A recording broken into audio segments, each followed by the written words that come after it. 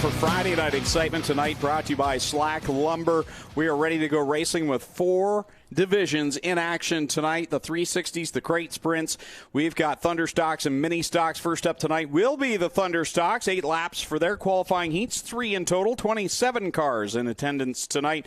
Again, another good night. Solid car counts. 23 360 sprints. We've got 27 mini stocks racing for $1,000 to win tonight, and 32 crate sprint cars. So we'll definitely see a B main for the crate sprints tonight.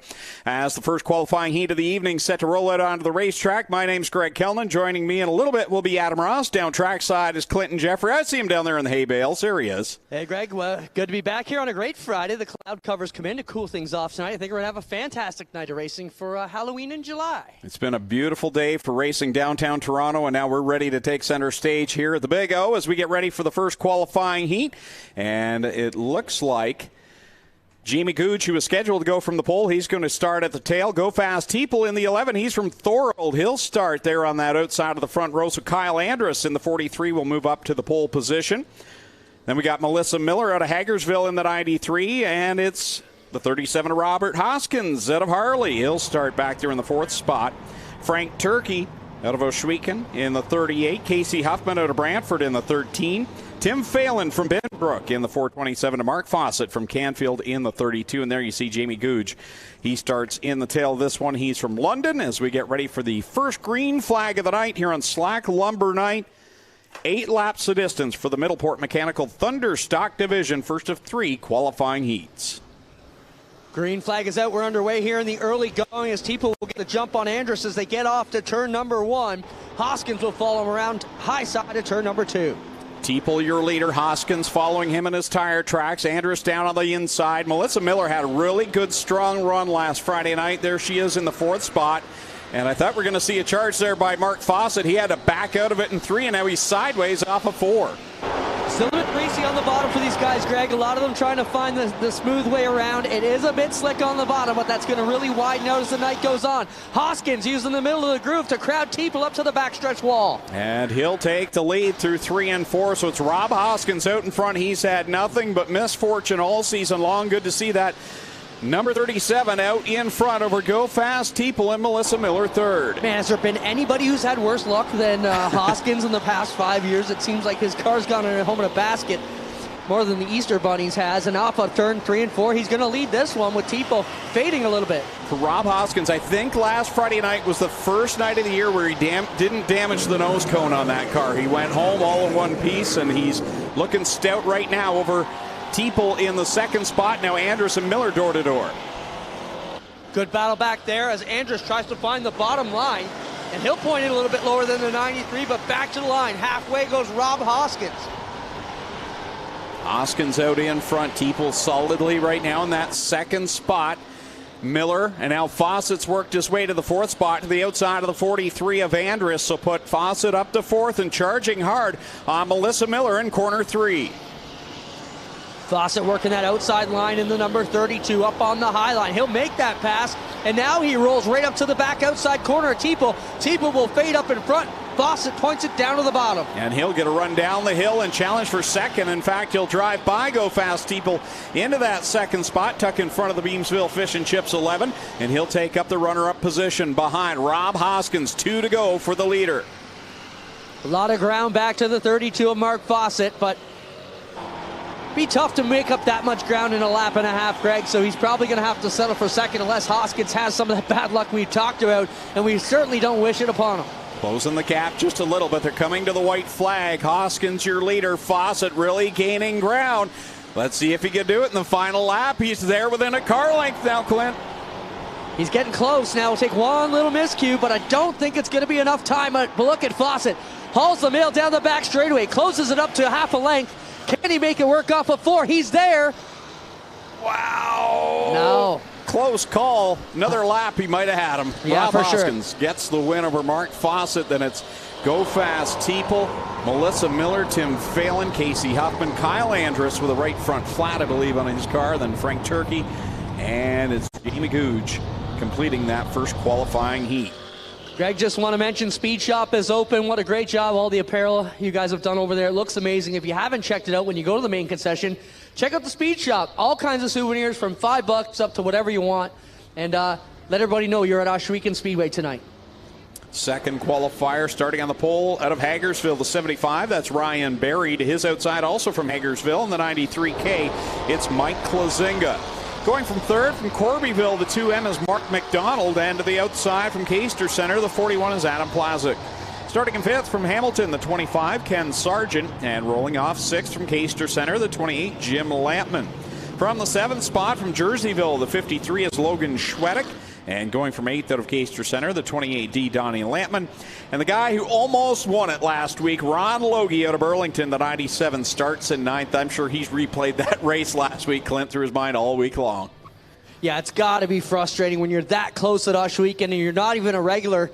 But, you know, he's a fast car. We'll watch him try and make his way from the back. The green comes out, and away we go. The other 93 will lead them in. But look at Lampman taking it right to the high side. Both of them. Got them both there up on the high side. The orange Camaro and the orange Monte Carlo down the backstretch, working that outside line.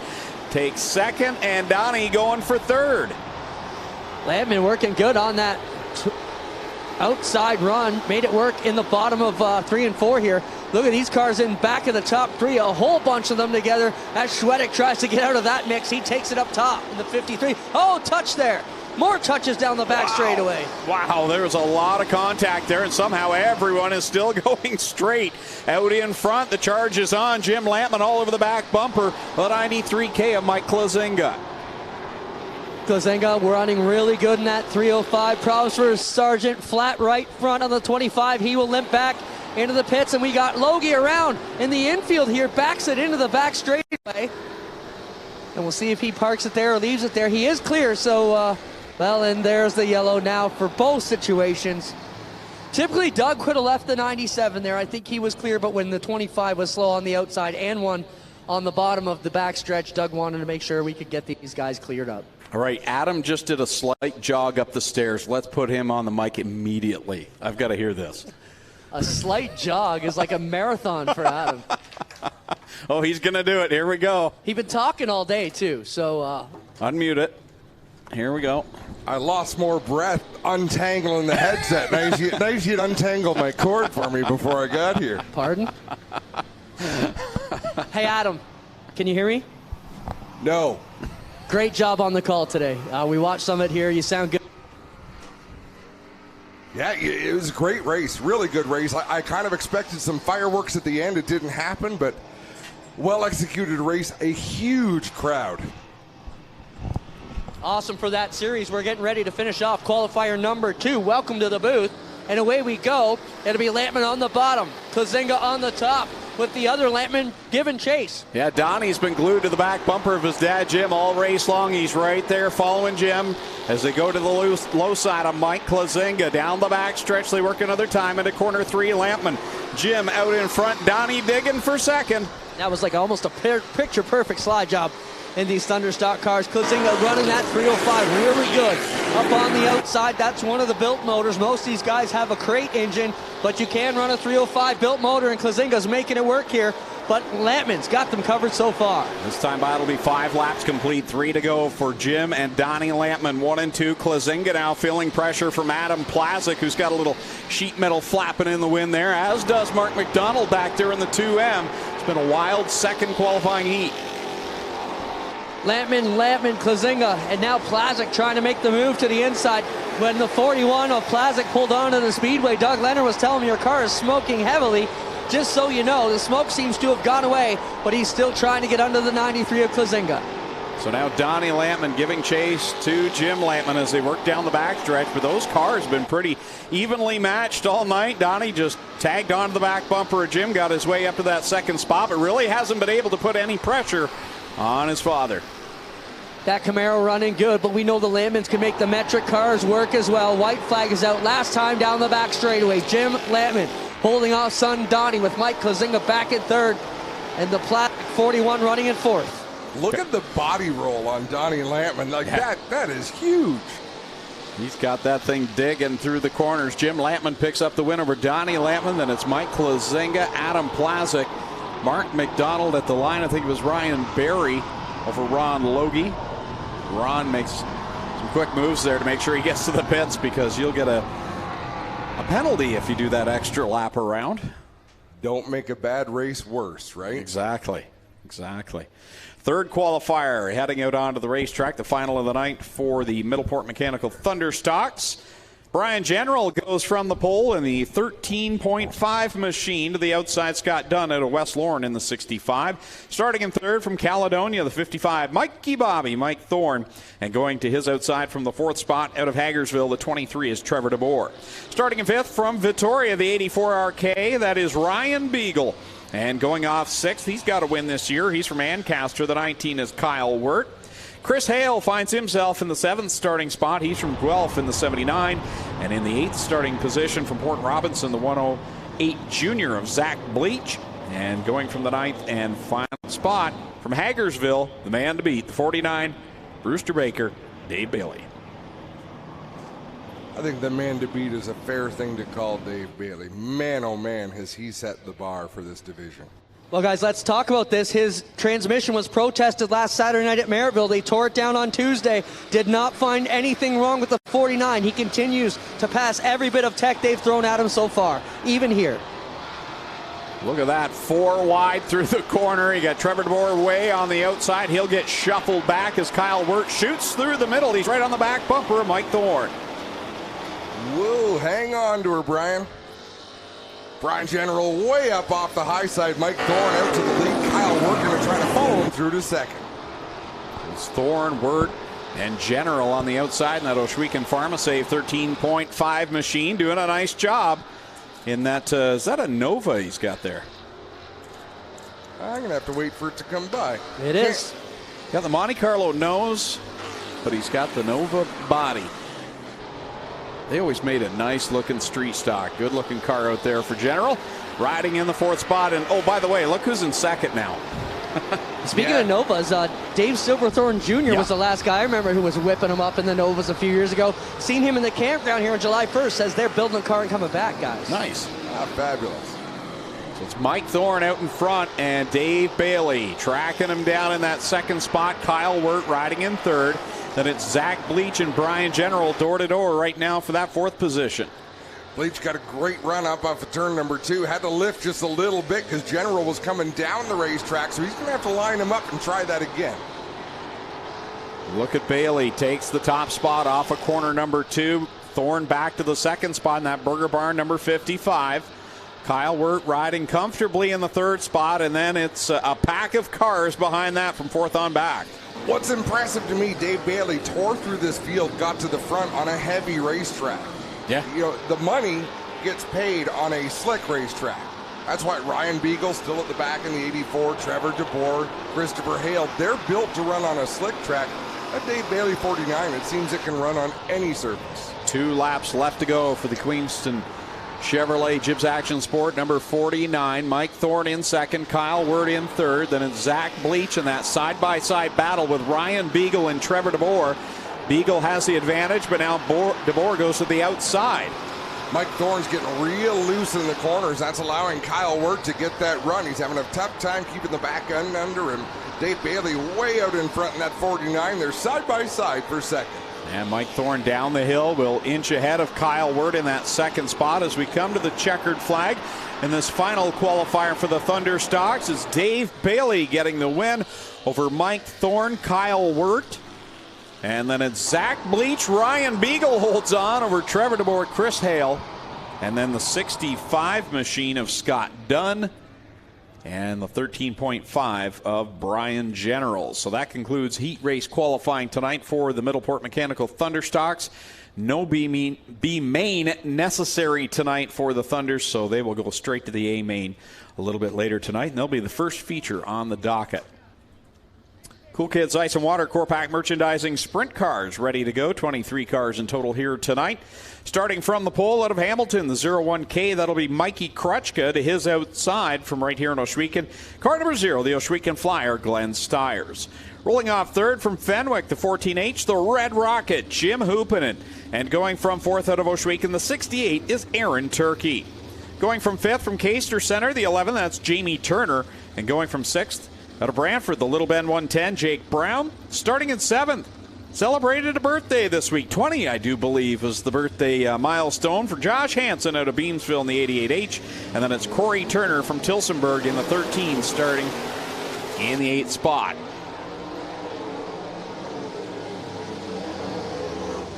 Am I crazy, or has Corey Turner been at the back of a lot of heat races? I was actually just going to bring that up, that Corey's had a lot of work to do. And if it hasn't been starting in the back of a heat, he's had problem in the heat and ended up starting, tail. Right. And he was the hard charger at the Canadian Sprint Car Nationals a couple of weeks ago. It's a nice accolade, that hard charger, but what it really means is qualify better. Yeah. Ready to go. First qualifying heat of 3 for the 360 sprints. Mikey Krutchka and Glenn Stiers lead them down into 1. Stiers looking to improve on a tough day as he swings to the outside of Krutchka off at turn number 2. He'll drive it deep into 3 and 4. Sailing around the outside, the Ohsweken Flyer leads the lap over Krutchka. A good side-by-side battle between Jamie Turner and Jim Hoopinen. Hooping up high, Turner down low. Aaron Turkey in that 5th spot. He's looking for racing room. Look at this qualifying heat. All our feature winners, other than Josh Hansen, I don't believe has a 360 feature win, but of course he's got a storied career in the Action Sprint Tour, but everyone else here has a 360 feature win. Mikey Krutchka looking to get back on Stiers. Slide job in 3 and 4. Stiers going to cross him over. This is allowing Jamie Turner to close in that number 11. Good 3-car fight out in front, and Charlie B. Honey, number 11, settles back into that 3rd spot behind Mikey Krutchka. Krutchka chasing back down Glenn Stiers off of corner number 4, halfway home. Just like he did last week in the feature event, Krutchka's running a lower line on the racetrack. Track's heavy enough right now, he can still keep the hammer down. Now Stiers going to come down, try to bottom groove. It's time by 5 laps complete for Glenn Stiers over Mikey Krutchka, Jamie Turner. Jim Hoopinen gets a little sideways off of 4 and then almost made contact with Josh Hansen heading into 1. Top 3 equally spread out there. Glenn Stiers with about 10 car lengths on Krutchka, 10 car lengths back to Jamie Turner. Great battle for 4th. Yeah, that's back and forth. Josh Hansen and Jim Hoopinen all over each other as they come off of corner number 2. Hoopinen works it down the back stretch, will inch ahead as the white flag comes out for Glenn Stiers. Big old slider by Josh Hansen on Hoopinen. Hoopinen crosses him back over again, right up into Hansen's line. Hansen's going to do it again in 1 and 2.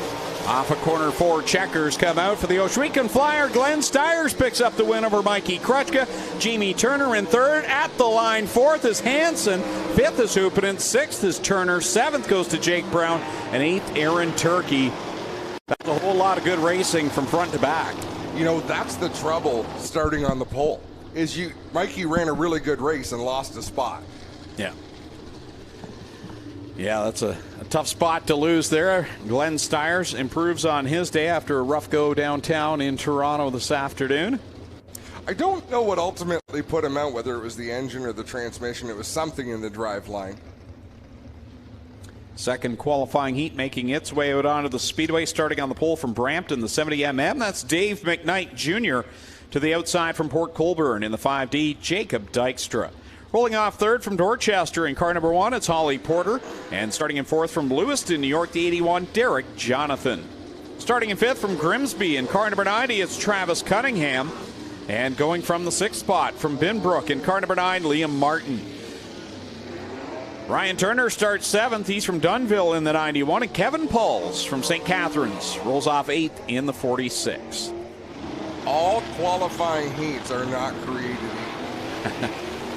I think we've got an excellent field of sprint cars here, 23 cars, quality, but the caliber in the first heat, the number of feature wins in the first heat compared to the number of feature wins in the second heat, there is a big difference.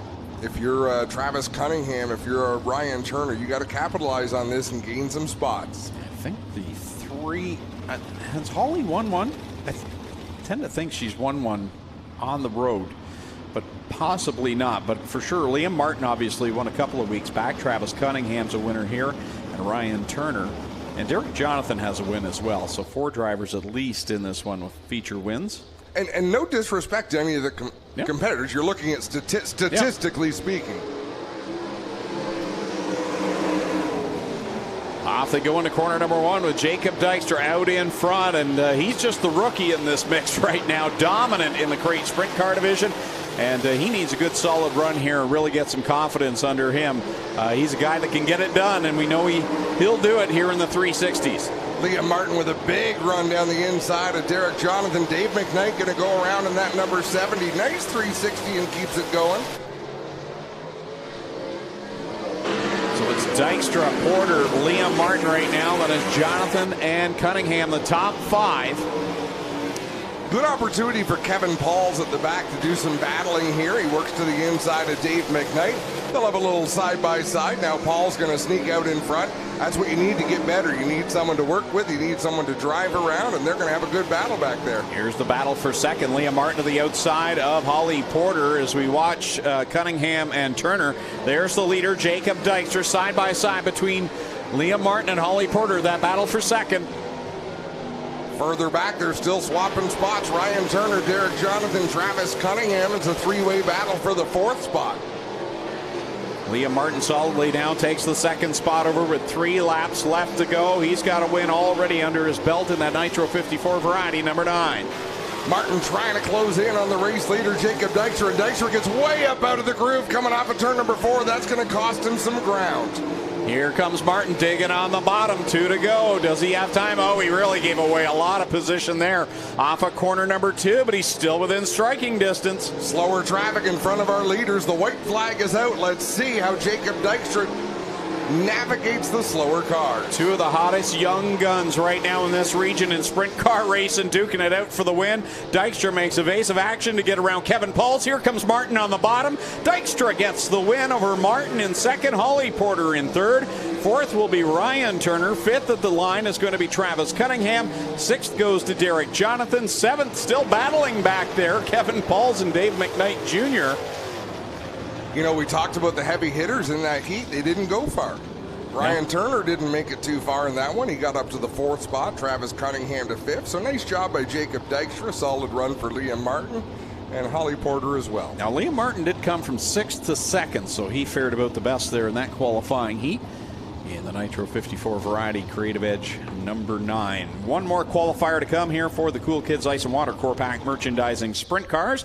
Bailey Hurd rolls off from the pole. He's from Niagara Falls in car number 70 to his outside from Brantford. It's car number 10, downtown, Mitch Brown. Starting in 3rd from Scotland, Ontario, the 87X, that's Sean Evans. And going from 4th from Beachville, car number 5 is DJ Christie. Starting in 5th from Mount Bridges, the 45, Nick Sheridan. And starting in 6th from Ohsweken, car number 15, that is Dan Nanakoke. And going from the tail in car number 20. Now it says out of Kirstall, Victoria, Australia.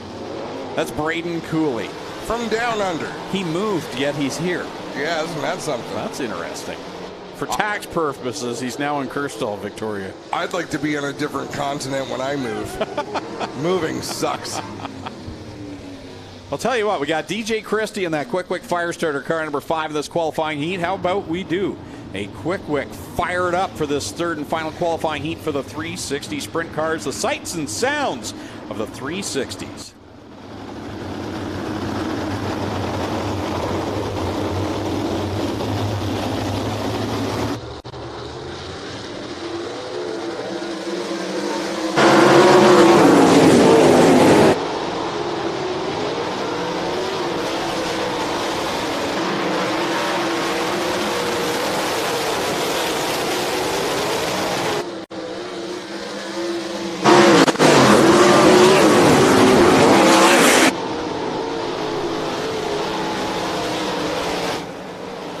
Go down the backstretch. It's Nick Sheridan and Bailey Hurd. Sheridan will slip by him out in front. Mitch Brown over Sean Evans. DJ Christie just tagged the wall out of turn number 4 in that number 5 machine.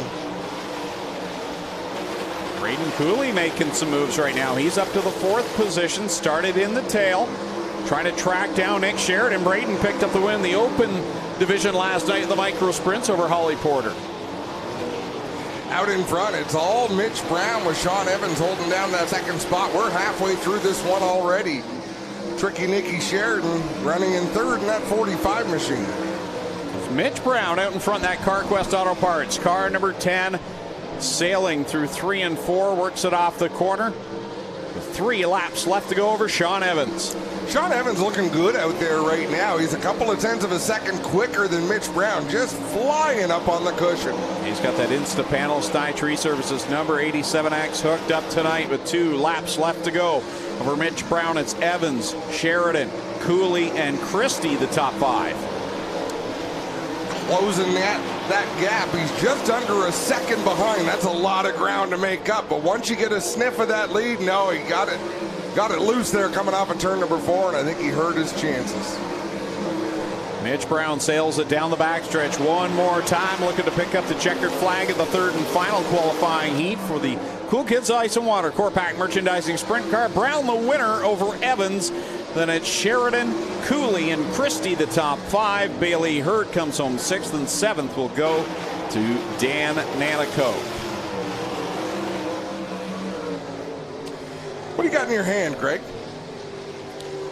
Well, we got our 50-50 information tonight. We'll let the 360s go by the stands here, but let our folks know about tonight's 50-50 draw here at the Speedway. Ticket sellers going through the stands, and proceeds to assist these young athletes from our community on their quest for the Canadian National Championship, August 3rd to 7th in Saskatoon. So we've got the kids going for 50-50. Your chance to get in on tonight's draw. We'll try and keep you updated on what the pot is at here tonight, but they are collecting in support to head to the Canadian Nationals, the baseball team. And make sure you're part of the 50-50 draw here tonight and support a good cause, and maybe go home with a little extra cash in your pocket tonight. Greg, just got to jump in here quickly. Glenn has some friends here. They want to wish a happy birthday to Carolyn Richards. Carolyn, thanks for coming out to the Speedway on behalf of Glenn and all the staff here. Hopefully you have a good birthday. Carolyn Richards. Guys, heat number 1 for the HRW Automotive Mini Stocks. Here's how they're lined up. Mike Evers on the pole in the 265. Tim Newell is in the 26. Row number 2, it's Mike Giverson. Pinball in the number 11, starting 3rd. Alongside him, it's Paul Longboat in the 188. Rob Twitchett drives the 69. He'll start 5th. Starting 6th is Ashton Dickey in the 1A. The 2 of Matt Newell starts 7th. Christopher French in the 54 is 8th. And Wade Thorne in the 4 rounds out the field. Well, Mike Evers has that 265 back together, and good to see, because he took a hard lick last week. And he's back and ready to go for the $1,000 to win tonight here on Slack Lumber Night at Ohsweken. $1,000 is a nice payday for a mini stock event. Side by side off of corner number 4. Tim Newell on the outside in the 26 will lead the lap over Mike Evers. Ashton Dickey, he's had a rough start to 2022, looking strong right now in 3rd. Car's a little bit twitchy there for Ashton Dickey. He gets up the racetrack, has to lift a little bit. Wade Thorne on the attack for that 3rd spot as Mike Evers loses the back end of that 265. He's going to lose some ground to the race leader, Tim Newell. Wade Thorne tucked in behind Ashton Dickey. He's got Christopher French right behind him in the 54. French works that bottom. They're 3 wide. Thorne will come through into the 3rd spot, now tracking down Mike Evers. Wade Thorne with a great run off of turn number 2. He's going to try to carry that momentum in 3. He'll come down the banking to make a move on that 2nd spot. Oh, Evers will go around. Brings the car to a stop just before hitting the end of that wall. And he'll continue on, so we stay green. This time by, it'll be 2 laps left to go for Tim Newell over Wade Thorne, who's charging quick towards the leader. He's on a mission. He didn't lift for Mike Evers.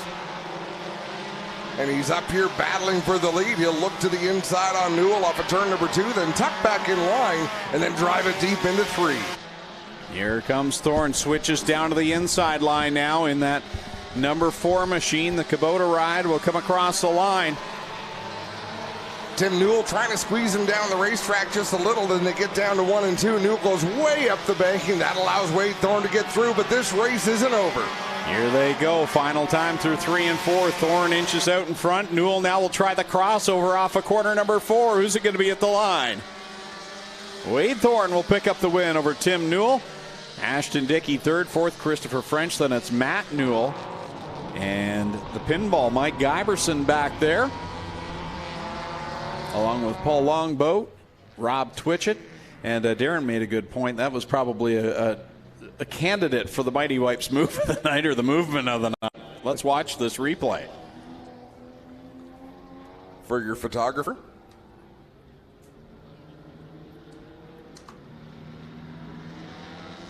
Yeah, and Evers got a little bit loose off of 4, and you know, Wade could have allowed him to gather it in, but it's not his responsibility either. Guys, Mike has chosen to go tail in the feature tonight. He was on the pole. He said, I'm going to try it from the pole for the heat, but if it don't work, I'm going to go tail in the feature. So he will be starting tail in the feature. We get ready to go. Another lineup here. Jeff Elsliger on the pole in the 11. Alongside him is Tristan De Silva in the 0-1. Row 2 has the 6X of Mike Zarantakos and John Lubeck in the 14L. Row 3, it's Jeremy Hughes in the 10X, Ryan Hiller in the 21. Tim DeBoer drives the 9, Nick Erskine in the 64, and Jason Tolton drives the 1. Did I get the right Jeremy, Greg? I wasn't listening to you. Yes, you did. You did. Yes. Jeremy Hughes is usually in the 10J, but he's in the 10X tonight for reasons unknown. Mess with the announcers night. Basically, I can't think of any other reason. But, Tristan De Silva slow down the backstretch in that Gibbs Action Sport 0-1.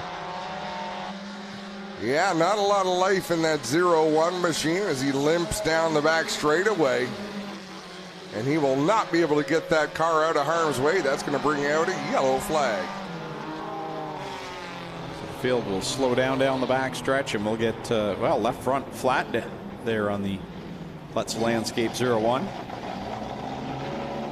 Tough night at the office for Tristan De Silva. He had a rough night last Friday night as well. Almost got over. And was able to keep it on all 4. So the safety crew will get there and deal with Tristan De Silva with Jeff Elsliger out in front over John Lubeck. So I have not been on the interwebs. Who won the race today, Adam? The race was won by Kevin Lacroix.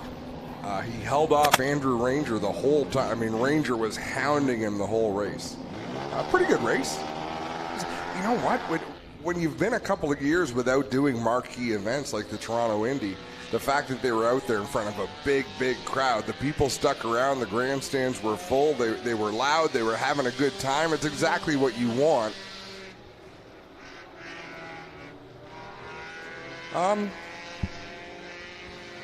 Did we just experience a miracle? I don't know. Maybe they had a can of that. But it seems to me just prior to that yellow flag, there was a big problem on the 0-1. Now he's hammered down. So Spencer's saying the tire went flat on the pace lap. Oh, there. They made contact. Elsliger and De Silva before they came to the green flag, contact on the left front, and that 0-1. And I don't know that they will let Tristan race on a flat tire. I want to say Doug Leonard has a rule that you don't race on a flat tire, but I could be mistaken. Guys, the only tire you're allowed to race on is a flat left front, and that's what's going on with the 0-1 by the looks of it. Oh, there you go. That answered it. Well, here we go. It's 3 wide behind Elsliger. Oh, Jeremy.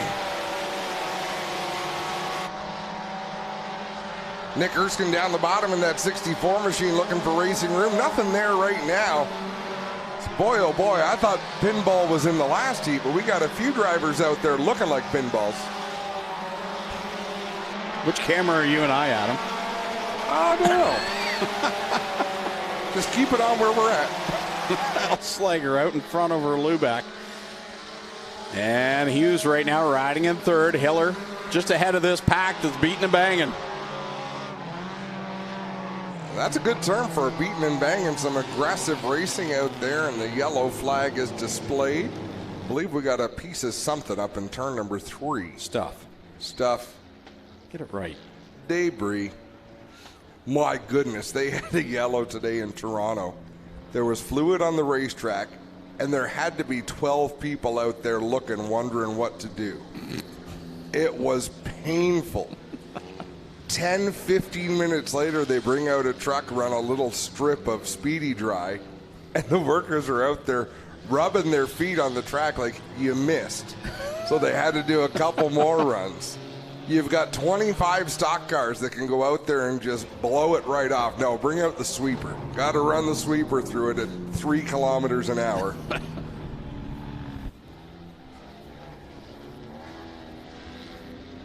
I had Brent down there with me today, our PR person. I think he enjoyed himself, got to introduce him to a few people and witness some things, but that's what he said. He says, why do they take so long? He says, you can't do that at Ohsweken. No, you cannot. White flag out. Tristan De Silva now will take it to the pit area, so we're ready to go without the 0-1. 3 laps on the board, 3 to go. I don't think we're done with the shenanigans in this heat. No, not the way they were going right before the caution. It's been a wild one. My spidey senses tell me we're going to see some more excitement out here as 3 laps are complete.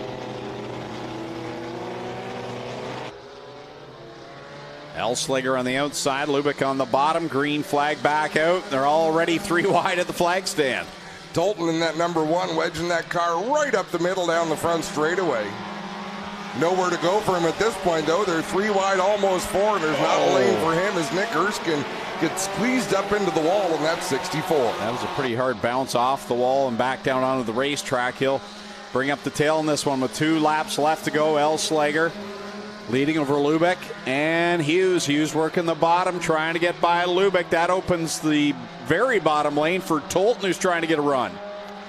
Tolton wasn't quite close enough to make that run happen. Look at Jeremy Hughes drive it deep down into turn number 3, trying to close in on Elsliger.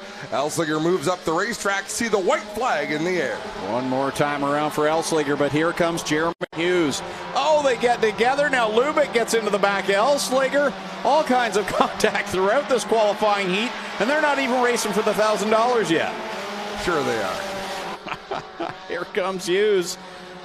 Hughes just sends it down into the corner, working up the racetrack. He'll take the win over Elsliger, Lubeck, Hiller, Tolton, Sarantakos, DeBoer, and Erskine. I feel like that heat race needed some Benny Hill music, yakety sax. You know how they call international soccer matches that aren't part of any series a friendly? That race was not friendly. It was not a friendly. No, it was not. One more to go, too. I'm ready. On the pole, the 09 is Clinton Barrick starting in second. Dusty DeBoer in the 23. Row 2 on the inside is Jeremy May in the 10J, Eric York in the 51. Fabio Oliveri is in the 16. Alongside him, the 96 is Tyler LaFantasy. Sean Hughes drives the 7B. He'll start 7th. Starting 8th is Aiden Maynard in the 20A. And rounding out the field in the 13, it's Vincent Pagnotta.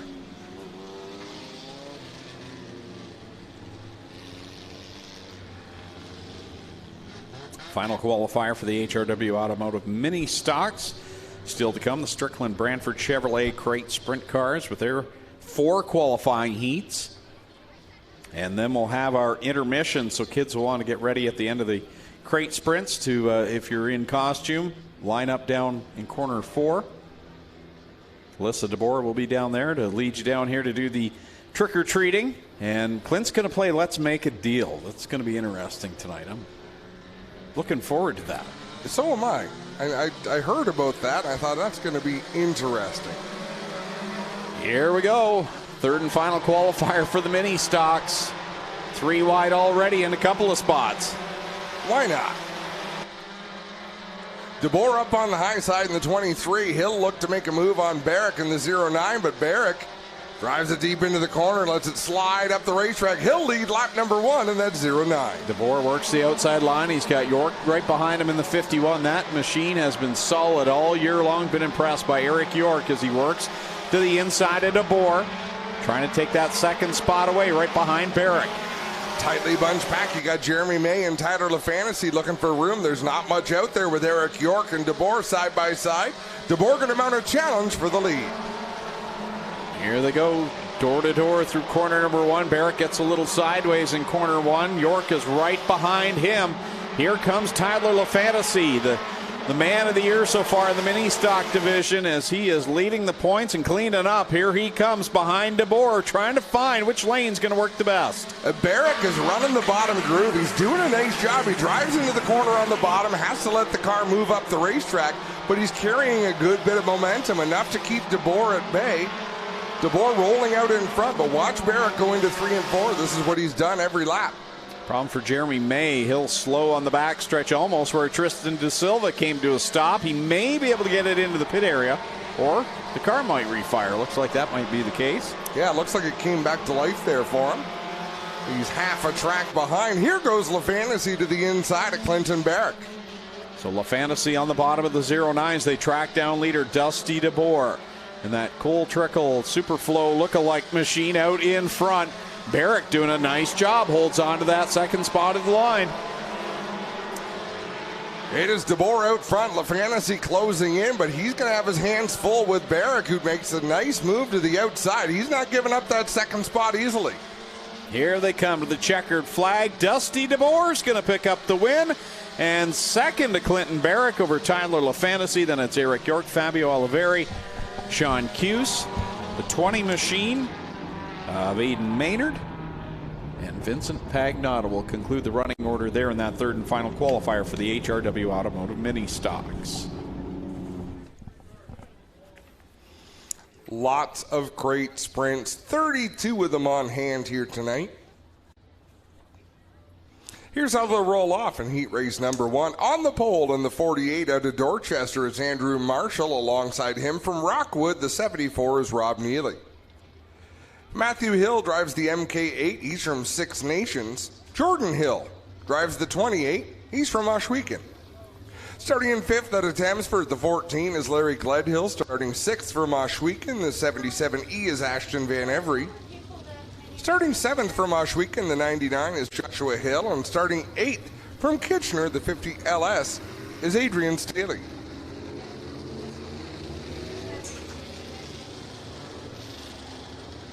I have a feeling I'm going to have this frog in my throat for the rest of my life. You thought I was annoying before. I feel bad for the frog.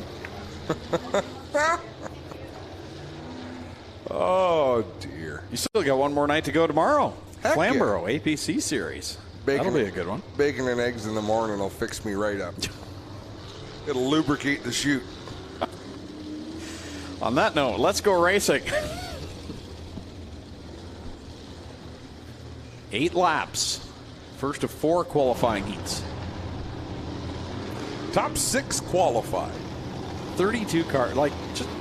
This is the newest division to Ohsweken Speedway, and 32 cars needs a B main weekly. What a success. You're absolutely right. Here we go. Set to go green flag racing for our crate sprints, brought to you by Strickland's of Brantford. And Rob Neely jumps out to the early lead and takes away from the field a bit. Yeah, Neely got a great launch there in the 74. Wow, hang on to it, Gledhill, right in the middle of the pack, and he is all sorts of loose out there in the 14 machine. Radio shuttle number 74 out in front, but gets all the way sideways in front of the pack and goes over. Wow. I'll tell you what.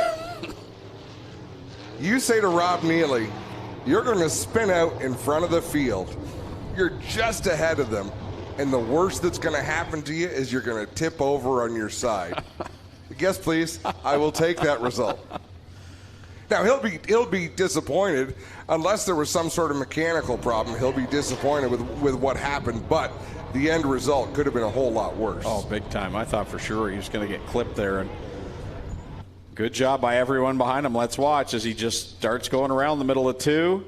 And what a feeling. Jordan Hill just about clipped him, and Larry Gledhill slips underneath the car right there. Excuse me, pardon me. Wow. Excuse me.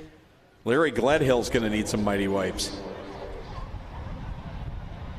If that sort of thing was happening like while you were standing, Rob Neely also would have tipped over from fear.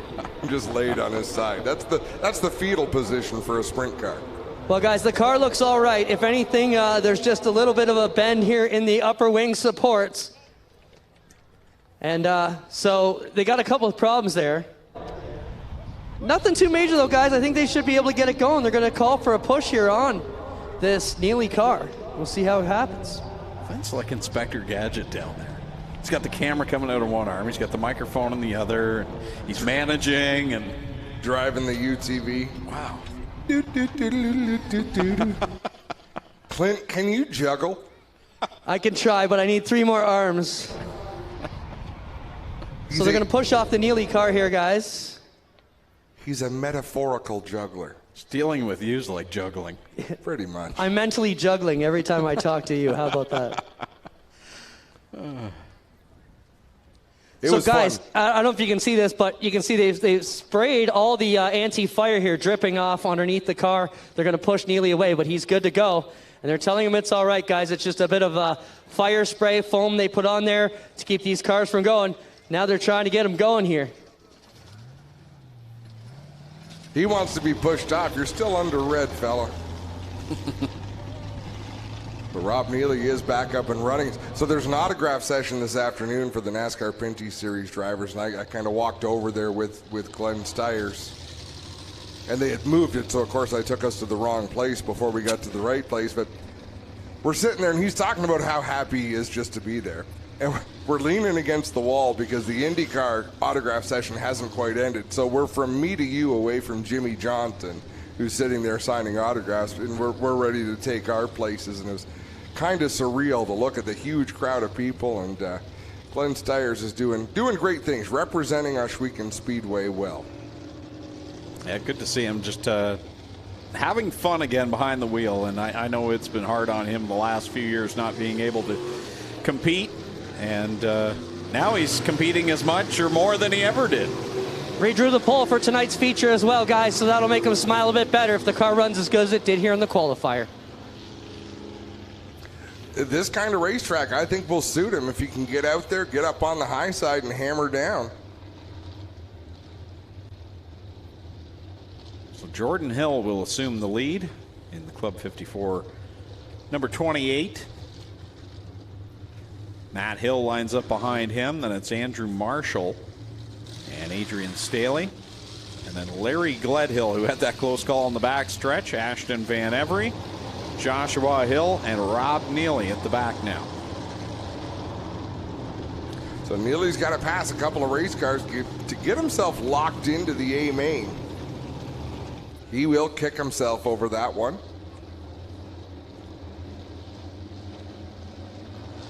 Jordan Hill, who did not race with us last Friday night, back behind the wheel this week in that 28 machine. He'll bring him up to speed off of turn 4. Off they go into corner number 1 with Matt Hill giving chase in the Nitro 54 variety.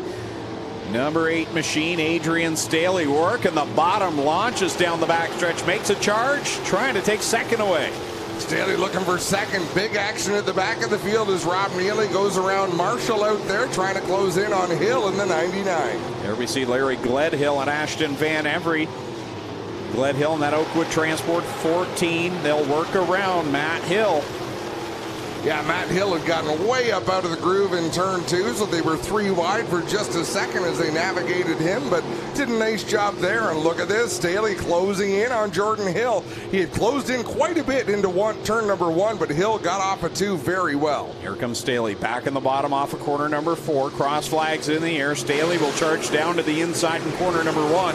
Looking to put some pressure on Jordan Hill. He'll drop alongside and blow past down the backstretch. Nice move by Staley in the 50 to take over the lead. Jordan Hill going to work back, but I think Staley's got him covered. That car is hooked up. Hill second, and Ashton Van Every doing a nice job hanging on solidly to the 3rd spot. Yeah, he's done a very nice job in that cigar port number 77E. Ashton Van Every. Here comes Staley across the line with 2 to go over Hill. Then it's Van Every, Gledhill, Matt Hill holding on to 5th, and it's Rob Neely and Joshua Hill going back and forth. And that's an important battle, the battle for 6th to get locked into the feature event. Neely with a big aggressive move last lap in turn number 3, but Joshua Hill got him back. One more lap. He can try it again, and they're closing in on Matt Hill as well. Yeah, so that's one battle to watch. Plus Ashton Van Every gets by Jordan Hill. Nice drive again by that driver, the number 77E, as they come to the checkered flag. Staley will pick up the win over Van Every. Third will go to Hill. Fourth at the line, Larry Gledhill. Fifth will be Joshua Hill. And sixth, Matt Hill. So Rob Neely and Andrew Marshall will go to the B main.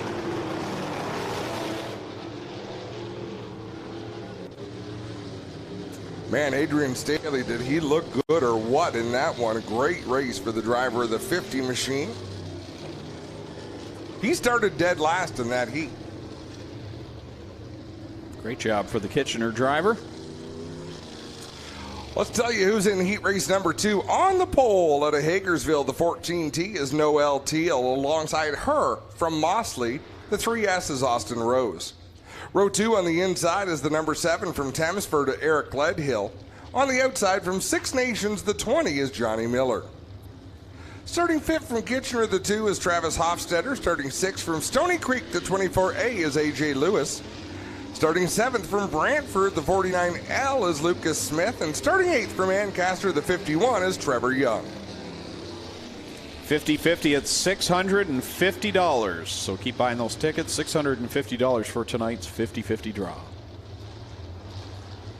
It will be quite a bit more than that by the time they draw it, so make sure you make your investment and support a great cause.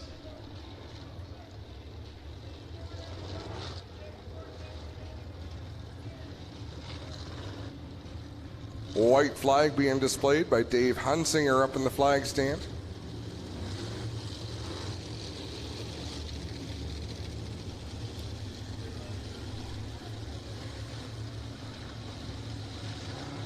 Noelle Teal in the 14. She's had some good runs in qualifying heats this season. One of our micro sprinters on Thursday night as well. Austin Rose, a graduate of that, as is Johnny Miller competing in them still. A number of drivers still do both. Why not? It's great racing. Coming with the green flag. Second qualifier, 8 laps. Slow, steady pace lap. A nice start by Noelle Teal and Austin Rose. And Teal plants that car down to the bottom. It looked like Rose was going to power around the outside, but he washed up the racetrack. Noelle Teal with a good turn 1 and 2. It looks like she's going to lead lap number 1. Teal over Eric Gledhill. Austin Rose in third. The Iceman back there in the 4th spot. Johnny Miller, and he'll work to the outside of Rose, who really struggled through 1 and 2. Look at Noelle Teal. She is just placing that car down into the corner, but she's able to jump back on the throttle and get around the center and off. She's not charging the corner, just getting it in there, but look at the ground she pulls away. Oh, he almost did it the last lap. Austin Rose goes around this time in the Bobcat of Brantford, number 3S machine. Driver who had started in the 2nd spot. Hasn't been a good night for drivers who started their crate sprint heat in the 2nd spot. Rob Neely in heat race number 1, and now Austin Rose. Same location, a little bit better result here for Austin Rose, as he's upright. But the lap before that, he really had a handful with the car going through 2 and gathered it up this time. It goes all the way around and puts us under the caution flag with 2 complete and 6 to go in this second of 4 qualifying heats for the crate sprints. We have a look from the drone. Abby doing a great job, and you see the moment Rose starts to loop it. And you just can't gather it back up. Innocent spin. White flag again. We'll let him loose out of turn number 4. There's 2 laps complete. Which means 6 laps to go, Greg Calvin. You're welcome. All those years of Sesame Street paying off, Adam. Absolutely. Darren's doing the count up here. 1. All right. Usually it's 10:30 before we get. Well, you've already got a race under your belt today, so it's 10:30 somewhere. Noelle Teal with the slowest pace lap in history. Giving us far too much time to talk. Jumps back on the throttle, hits her mark down on the inside. but she misses the exit. Look at Gledhill in that number 7 closing on the lead. Gledhill has been great this year so far. Already has his first feature win. And here he is in that Oakwood Transport number 7. But Noelle Teal holding her own out in front in that number 14, having a great race in that Enrium Dynamics machine. Lucas Smith on the move with a big launch off of turn number 2 and drives it deep down into 3. Meanwhile, up on the outside, the Iceman Johnny Miller making pretty good time, but he just can't quite keep pace. There's too much bite on the bottom of the racetrack. Here comes Lucas Smith, gets a good run on the bottom at corner number 2. He'll assume the top spot where he finished last Friday night in the feature, and to say he was a little bit excited is, well, that's cutting it short because he was pumped to get that win last Friday. AJ Lewis bouncing off the front stretch wall, and he sure was, and deservedly so. Drove himself a great race. He's been driving great all season long, and he's out in front of this heat race. Gledhill slips by Teal for the second spot. Here comes Johnny Miller, the Iceman, around the outside. As they go down into corner number 1, Miller's got it wound up on the top. Noelle Teal working the bottom. She'll slip back into the 4th position. Austin Rose has dug his way out of a hole up to 5th. 6th in the final transfer spot, it's AJ Lewis as they take the white flag, which means Trevor Young likely headed towards the B main. And how often do we say that? Oh, Noelle Teal with a flat left front. Can she finish this race? She's going to try. I believe it's a flat left front. She's got to hold on as Lucas Smith gets the win over Eric Gledhill.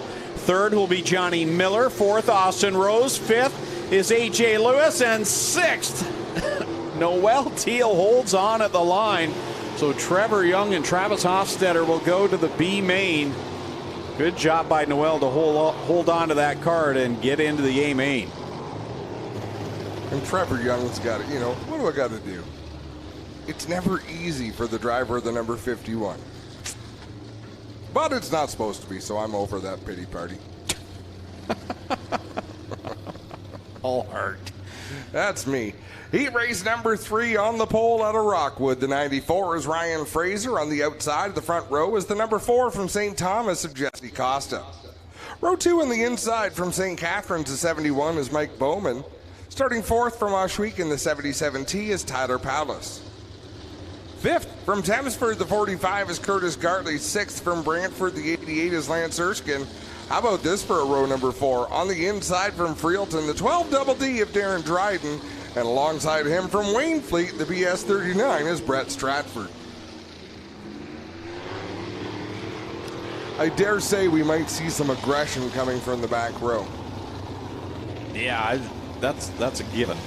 We've got a pretty stout qualifying heat here, and Darren Dryden, couple of wins already this year. Brett Stratford doesn't have a win yet, but that says a lot because I think he's getting there. Mike Bowman, of course, has a sprint car win now under his belt at Humberstone a couple of weeks back. That is a pretty quality field. And Tyler Powless in this one as well in the Juniors Riverside Bait and Tackle 77 team. Just getting better and better every week. And what more do you need to say about Jesse Costa? Obviously one of the elder statesmen in this division. Yep. And Ryan Fraser, he knows how to get it done as well. Lance Erskine in the mix, so it's going to be a good qualifier as they come to the green. Fraser and Costa just about rubbing wheels coming to the green flag. Mike Bowman's going to say, to heck with you two, I'm going around the bottom. And checks out by a couple of car lengths as they head into corner number 3. Gartley now to the inside of Fraser. And look at Costa. Sends it out to the wall off of corner number 4. He's looking for the second spot on Gartley. Brett Stratford immediately up into the top 5 in that 39. He'll take on the 4th spot. Darren Dryden went into turn 1 with a lot of confidence there, but the car slid up the racetrack. He lost a bunch of ground. Mike Bowman out in front in that 71. Now it's Costa in the second spot. Gartley riding in position 3, still digging on the inside line, and Brett Stratford from the back row up to 4th.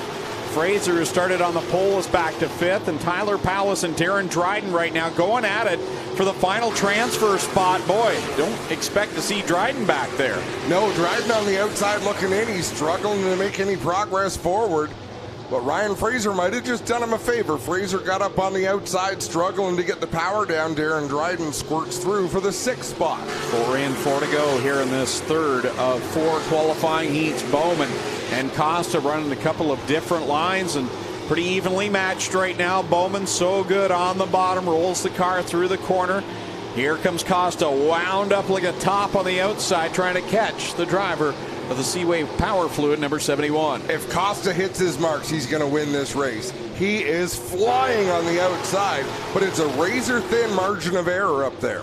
2 laps left to go for Mike Bowman over Jesse Costa.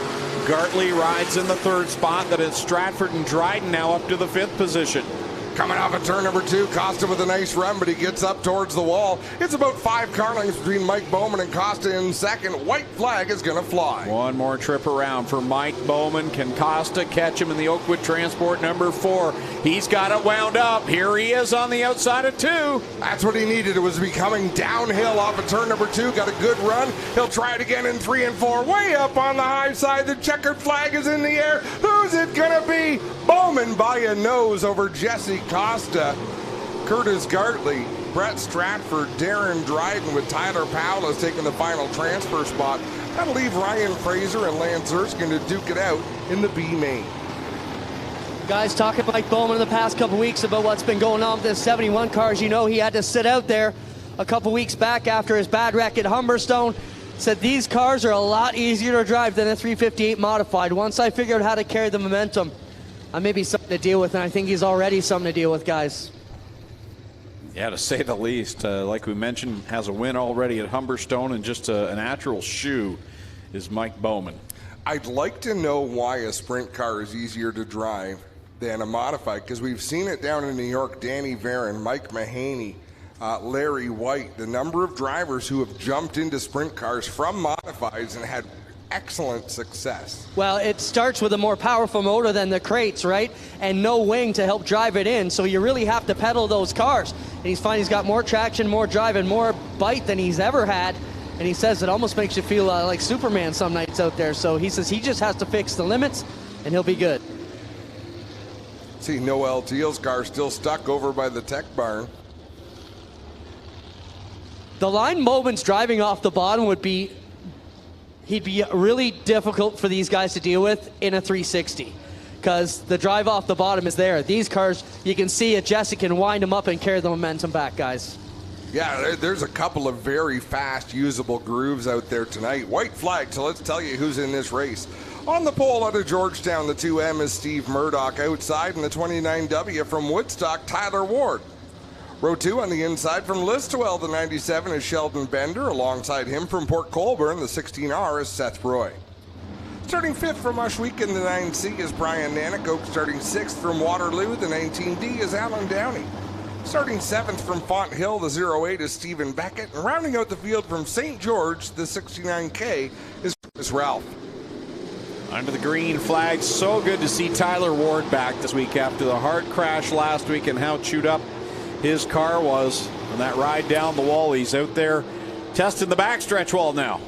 Yeah, he bit the brakes a little bit there, and I think that was probably a wise move as Murdoch's momentum was taking him up towards the wall. So Tyler Ward lost a couple of spots there, but I think we're going to see something from him here because he was rolling the outside of 1 and 2 very well. What a distance we've seen Tyler Ward come as we're under the caution flag with Chris Ralph around in the 69K. But for Tyler Ward, we've seen him progress and mature as a sprint car driver, and he had a rough start, and we've documented that, and now you see him and looks very calm and confident, and it's good to see him back because you don't want to see that momentum stymied by having to sit out because your car is destroyed.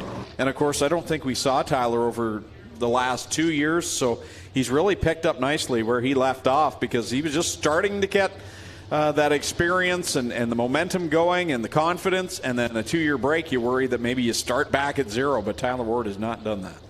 No, he looks pretty good, and he had a chat, like Terry Baker was telling me that Keegan and Tyler had a chat after that wreck last week to talk about what had gone on, and that's the way to deal with it. And you could see it was classy of him when he got out of the car last week. He was obviously upset. But rather than show his frustration to somebody, he kind of walked it off, dealt with it, then have that conversation later in the pit. So, a well-composed young man. All right. The 69 of Chris Ralph is going again, so we should be able to come back to the green flag in another lap. Combe gets placed on the front stretch.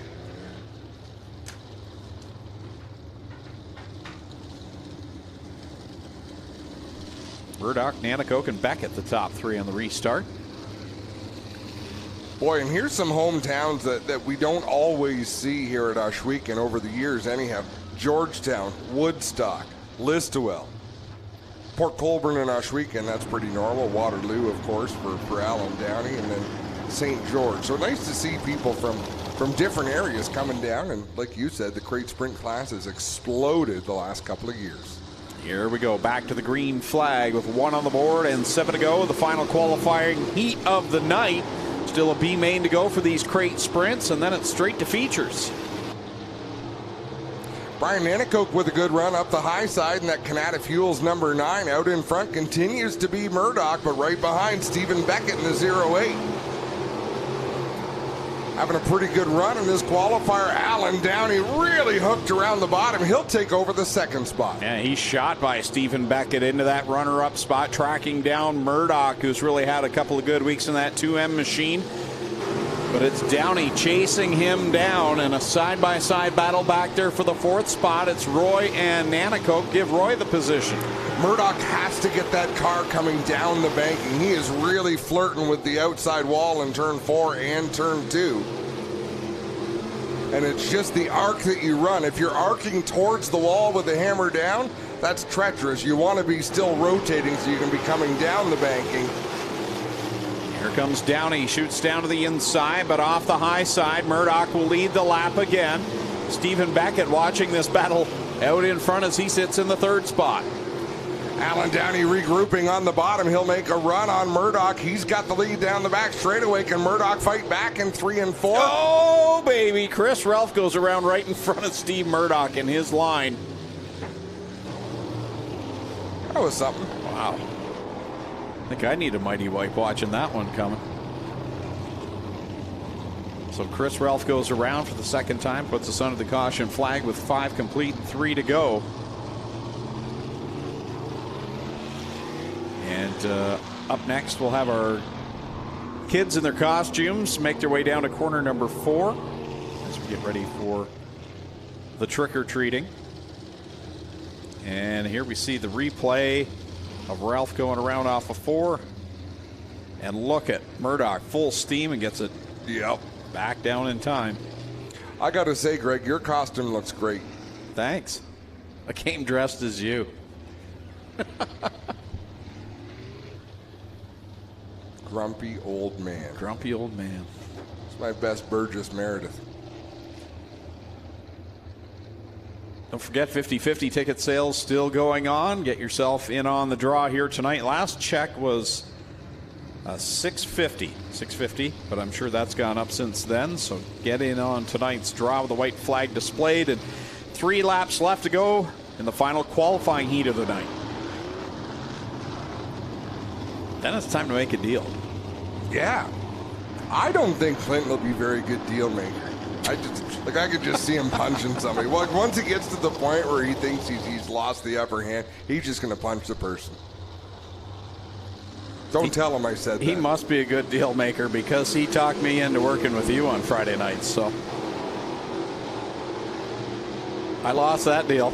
I'd like to see you name 50 things that you'd rather be doing than sitting here with me. I don't think you could. Eating. Murdoch, 2 to go. He's the leader over Downey, Beckett, and then Nanticoke and Seth Roy, 4th and 5th. The final transfer spot is Tyler Ward. He's got Sheldon Bender behind him, but Sheldon goes way up the hill in corner 2. Oh, big old slider by Alan Downey as we head to the white flag. Steve Murdoch trying to come back. Oh, and Alan Downey tries to close. Oh, hard hit there. Seth Roy. That unraveled really poorly in corner number 1, and it started up in corner 4. And I think Steve Murdoch might have been a little frustrated by the slider that Alan hadn't cleared. So when Downey tried to come down the racetrack going into turn 1, and here we'll see it. It happened pretty quick, but Murdoch was staying assertive. Oof. The worst part of that, Seth Roy hits, you know, on the open side of the cockpit too. Oh. Seth Roy did nothing wrong there, obviously. Hopefully he is A-OK. We can see him moving around in the cockpit of that race car, pulling the steering wheel off. Clinton Jeffrey is on hand. Yeah, guys, Seth Roy seems to be okay. Alan Downey with his helmet off here, and he's maybe putting it back on, but I don't think it matters much. Both these guys are going to be out. Lots of damage here on the front ends. We'll get a better look when they pull them apart, guys, but you get your first glimpse of it here. It's not pretty in turn number 1. So, Adam, that wheel right in the center, do you think that's Seth's or do you think it's Alan's? And there's the slider that Alan pulled on Murdoch, and that's fine. He's within his rights to do that. He didn't really have Murdoch cleared though there, so they come together. Just a bum deal. Look at it from the infield. Oh, from the corner 2 perch, rather. Alan, you were fast there. What happened here? Racing hard, and I guess he wanted the spot more than me. I'm not sure. I'll have to watch the replay. Yeah, just bummer deal. That's the way our year's going. He was fast while it counted, guys, but now he's got a broken race car, and it is a big problem here, guys. I don't know if Alan Downey is going to be able to continue tonight. Jack, show this for me. So you see all this torsion rack. This has to be absolutely straight or it will bind right here. This holds up the suspension on the left front. With that tweaked and these basically bolt-in spots where you put in the bumper gone, I think this frame is done for the night, guys. I don't think you'll see Alan Downey back here in the 19D this evening. Now the Roy car, it's tough to see what's up with that. It's got all kinds of problems on the left front here of the Roy car as well. But this Alan Downey car, it is big problems, guys. And Jack, look at this. When you see the, you can see how it's wrapped right around the tire. You know that's a wild wreck, guys. Man. Yeah, that's dollar bills, right? And thankfully these cars are built very safe. Let's have another look. Downey down to the bottom. Slides up in front of Steve Murdoch. So far, everyone's just doing what you would do in a hard race to the end. That's the only issue there where Steve Murdoch stopped giving. You know, Alan was trying to come across the front end and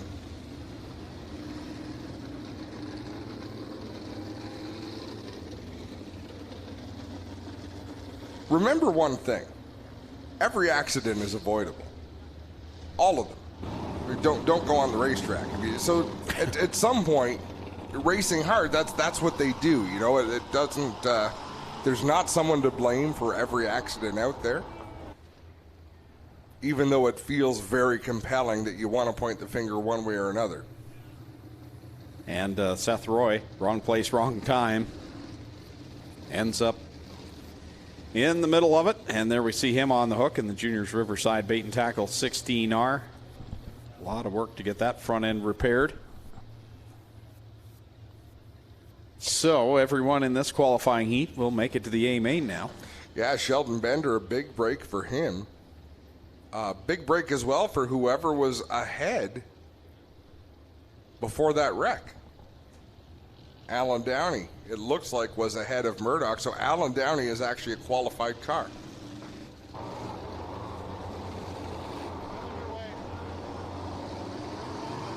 Because even with the DNF, he'll have that sixth place spot. result.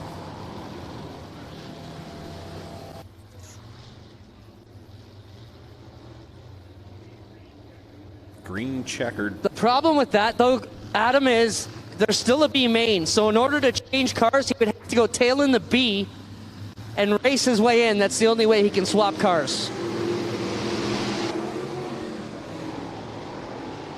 Here we go. Beckett on the bottom with Murdoch. Using that outside line, trying to inch ahead side by side. Come to the checkered flag. Beckett hasn't been up there at all, but now he's got a shot at the win, and he grabs it. Good job by Stephen Beckett. Yeah, good solid finish there. Murdoch coming home second. Brian Nanico third. Tyler Ward fourth. Shelton Bender fifth.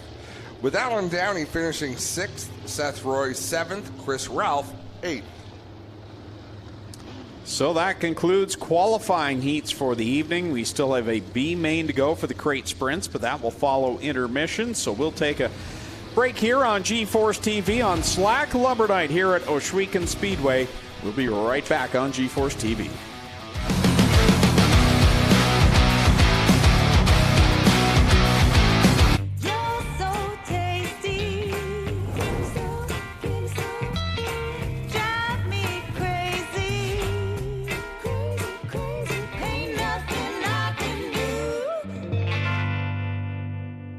So who exactly is Fast Eddie? More than just a man, it's the mindset that runs through our blood like oil through an engine. Whether on the track or on the street, Fast Eddie is the spirit that drives us to go fast and keep going. Born in 1949 with no time to look in the rearview mirror. Every story is worth telling, and every piece of Fast Eddie apparel has its own. Celebrate our mindset. This is Fast Eddie. This is combustion culture. FastEddieSpeedwear.com.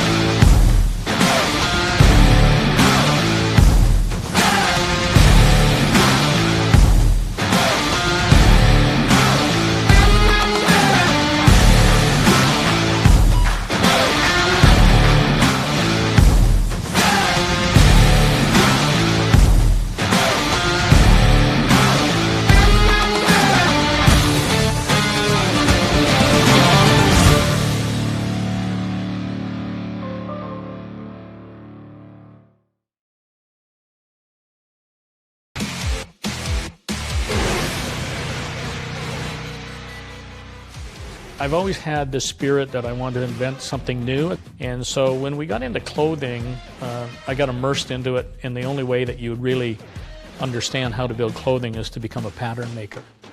That pattern maker concept started becoming very interesting to me because I went, I can make this better. Love it. Absolutely love designing. Doesn't matter whether it's a garment or an engine or a car, decals on our race cars. I love doing that. That's my forte. And we welcome everybody back live to GeForce TV here as the intermission is underway at Ohsweken Speed. We were just getting ready to go. Oh, there's Swiss Army Knife. You're my contestant number 1. Step over here, sir. What's your name? Doug. Doug, stand over there. We got our Top Gun coming out now. Liam Martin's going to come out. Liam brought some candy. Liam, that's why we picked you as a Top Gun, not because you're fast, because you brought your own candy to give away to the kids. So. He's not, no, he's going trick-or-treating. Yeah. Did you dress up like a race car driver? You dressed up like the Top Gun award winner, right? Let's talk to Liam Martin while we get some more drivers over here to give us a hand to give out some candy. Liam, always good when you can finish qualifying as the number 1 qualifier and be the Top Gun here and take home Nathan Ackland's cash. Yeah, Clint, it was a good run we had. We're just glad we had the car tuned in from our hot lap session. It wasn't working that good, and we didn't have the right lines going, but we got her all going, had a shock adjustment, bar adjustment, and we were able to make it work. We were chasing down Dykstra, and maybe a couple more laps might have made something happen, but we're glad we got second. Where'd you redraw? I redrew second for the feature right beside Glenn. So what's your plan, man? Crank it around the top? When you wanted here a few weeks ago doing that. Yeah, track's a little different this time. Not got a whole lot left up top, but we'll see what we can do. All right, Liam Martin, our Top Gun award winner for the 360s, ladies and gentlemen. How about a hand for him?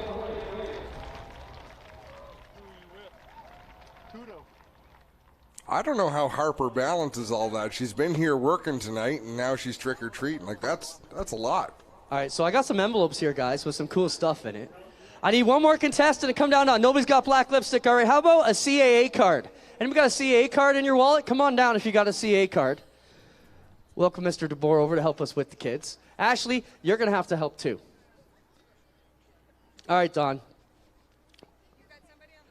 Steven, come on in here. All right, I know this guy.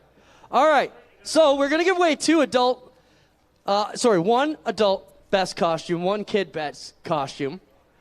We've got those envelopes here. That's $100 each, so that's kind of cool. All right, Steve and Don, I got 3 envelopes here. 2 of them are really cool prizes. One of them's cash, and one of them might not be nothing. So, I don't know. First off, Don, well, we'll let Steven pick. Steve, 1, 2, or 3? Steven will pick number 1. I'm not going to give it to you. Not yet. Don, which one do you want? Now, you can take one that he took, or you can take 2 or 3. He's going to take 3. All right. You took 1. All right. So, go ahead, open up, see what you got.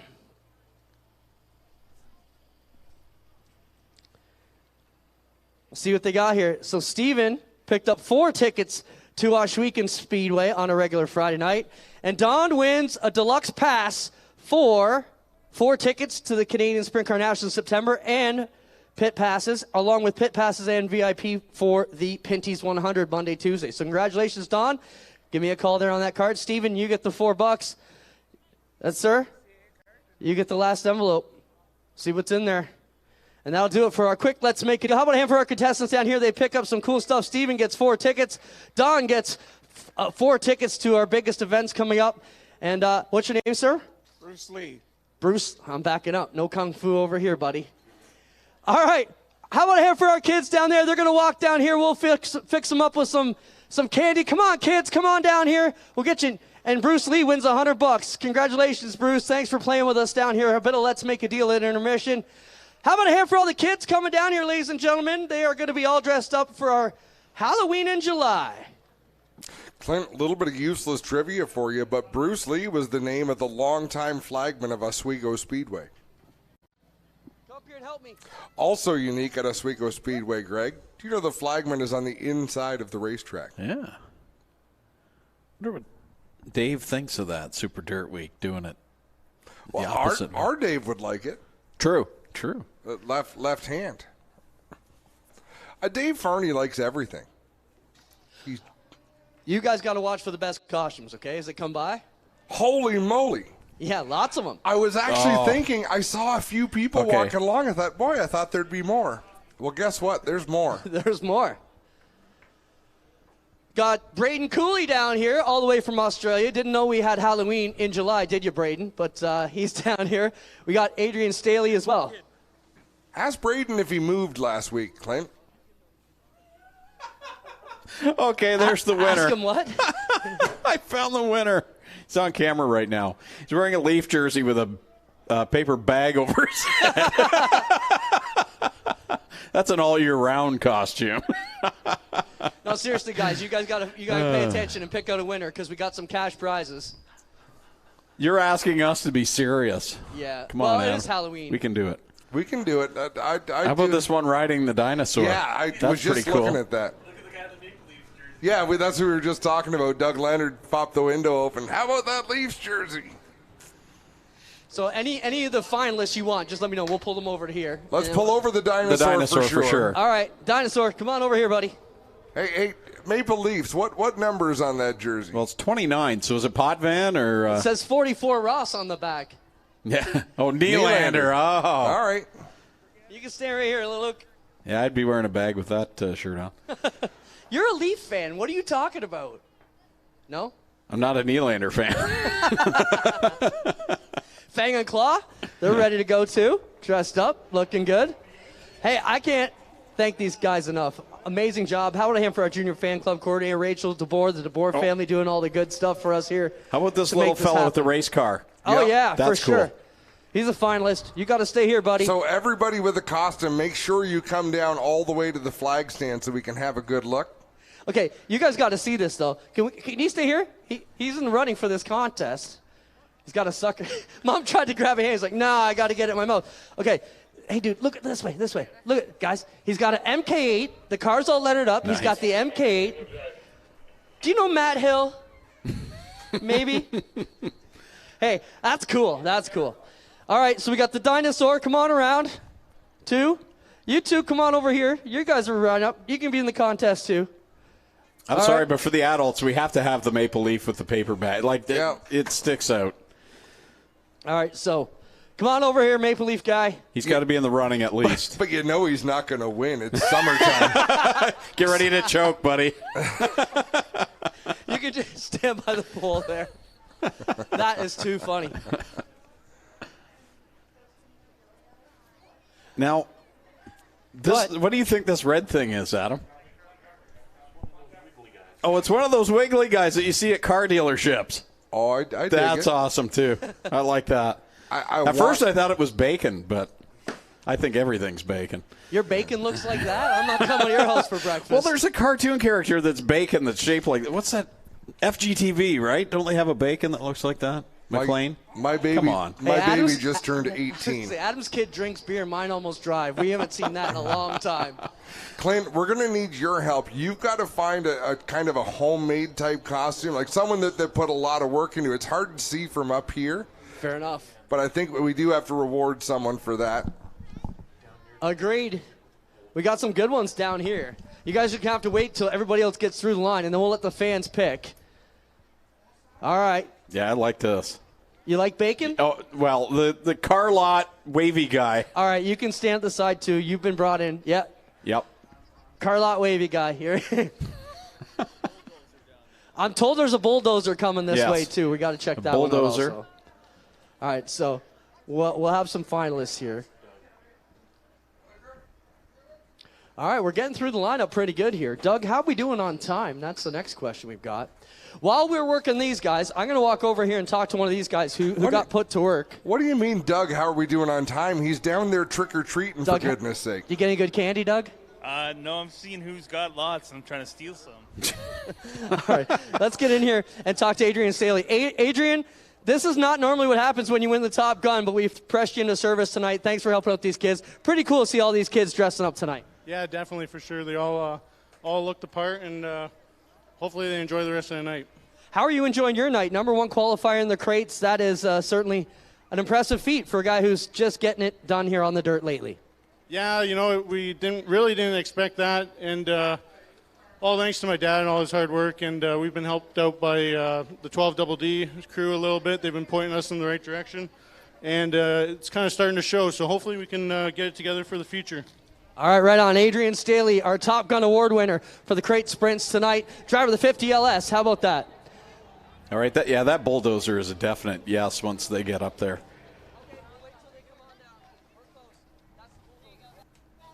Yeah, that is cool. Let's jump in here and talk to Braden Cooley, too. Braden, welcome to Canada, eh? How's it going? Yeah, real good. It's been awesome.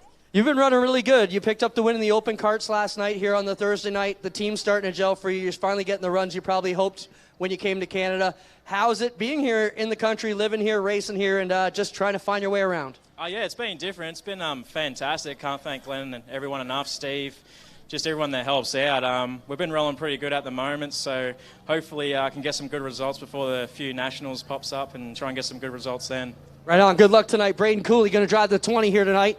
And we'll get over here back to our contest. We got a couple more kids that are working their way down. I think we need another adult here, Adam. Yeah. Any other adults? Come on, you can be in the contest. You can stand beside loser Leaf guy here. Sorry. I'm a Leaf fan. Wow. Hey, I like the Bills, too. Customer service is top notch. Hey, she still said, yeah! All right. So we got any winners, potential winners down there, Doug? I think the Paw Patrol. The guy with the Oilers jersey is pretty funny, but I don't think he's dressed up tonight. oh, yeah, okay. There's a Dale Earnhardt here. Now, I was never a Dale Earnhardt fan, but we have a Dale. Is that Junior as well? Dale and Dale Jr. All right, as a team, they've got to be brought in. They've got to be brought in, Clint. Yep. Dale and Dale Jr. Where are they at? They're right there at the flag stand. Yeah. Come on in, guys.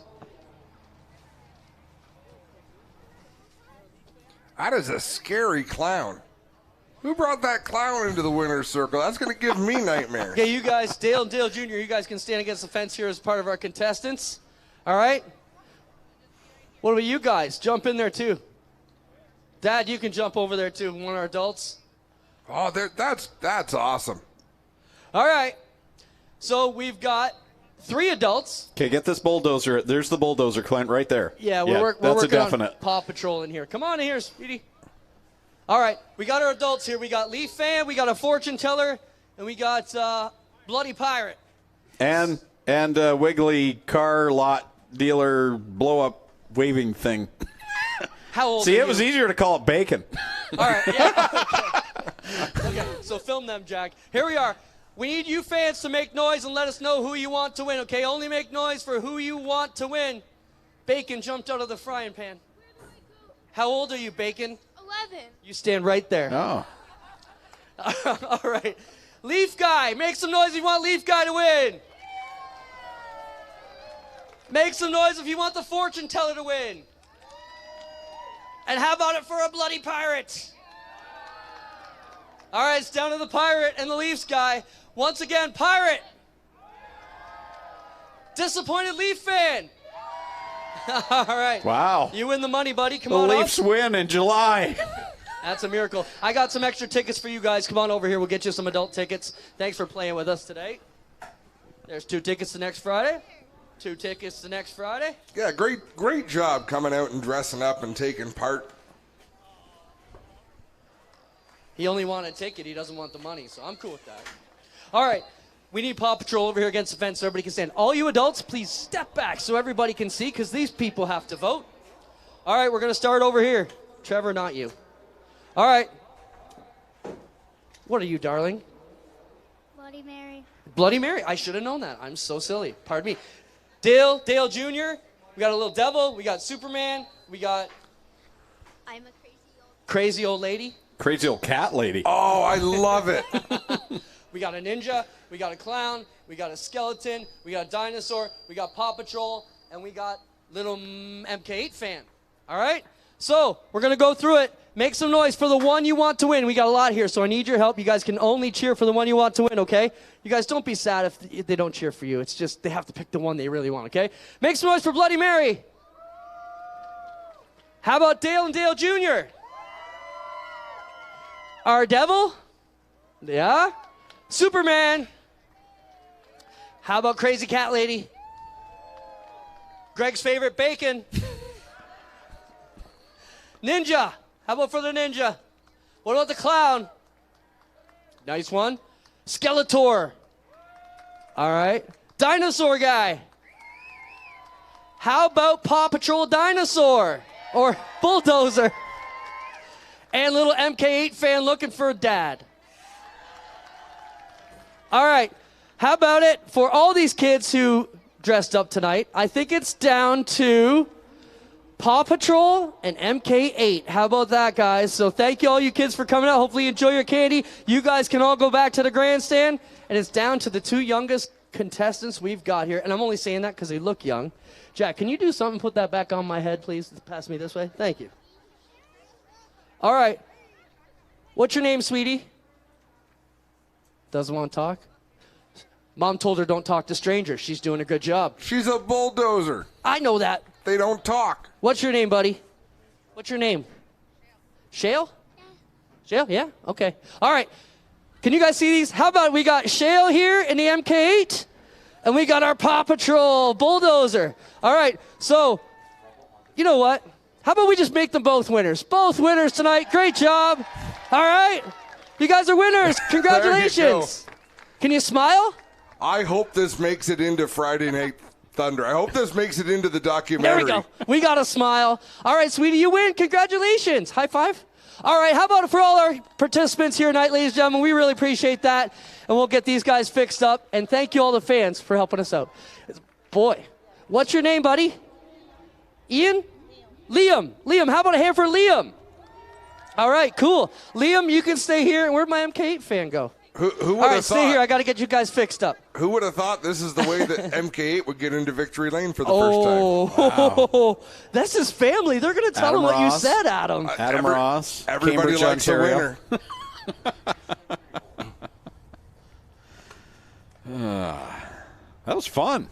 I enjoyed it. All right, we're going to take a quick break here on GeForce TV. We'll be back with the B main for the crate sprint cars.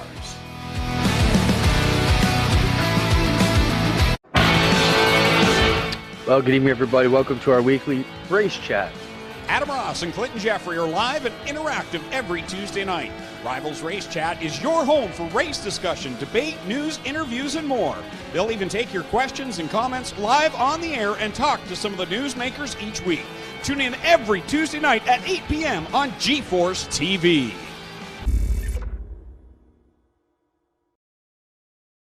So who exactly is Fast Eddie? More than just a man, it's the mindset that runs through our blood like oil through an engine. Whether on the track or on the street, Fast Eddie is the spirit that drives us to go fast and keep going. Born in 1949 with no time to look in the rearview mirror. Every story is worth telling, and every piece of Fast Eddie apparel has its own. Celebrate our mindset. This is Fast Eddie. This is combustion culture. FastEddieSpeedwear.com.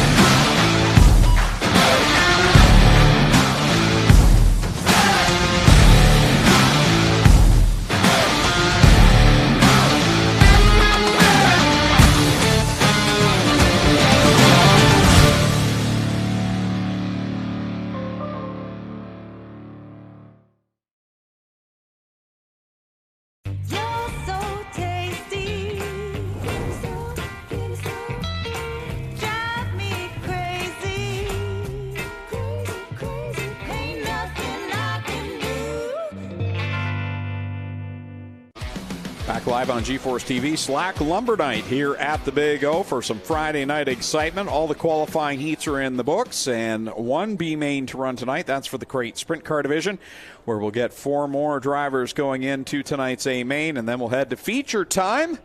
Greg Kellman up at the tower with Adam Ross, Clinton Jeffrey down trackside as we're ready to go here in just a few moments with the Crate Sprint Bs, although I'm seeing mini stocks lined up at the moment. So Those are Thunderstocks. Or sorry, Thunderstocks. They'll have the first feature of the night. 20 laps for them. I'm about 6 years from having my prescription upgraded, and I'm having a real hard time seeing a distance right now. So the TV screen here in the booth has been a big help this year. I got new contact lenses last month, and all they did was adjust the rotation of them. I forget the term they use for it. Just like one notch, and it's like having new eyeballs. That's what I need. New balls? Oh, Adam. Why couldn't there have been a traffic jam coming out of the city tonight?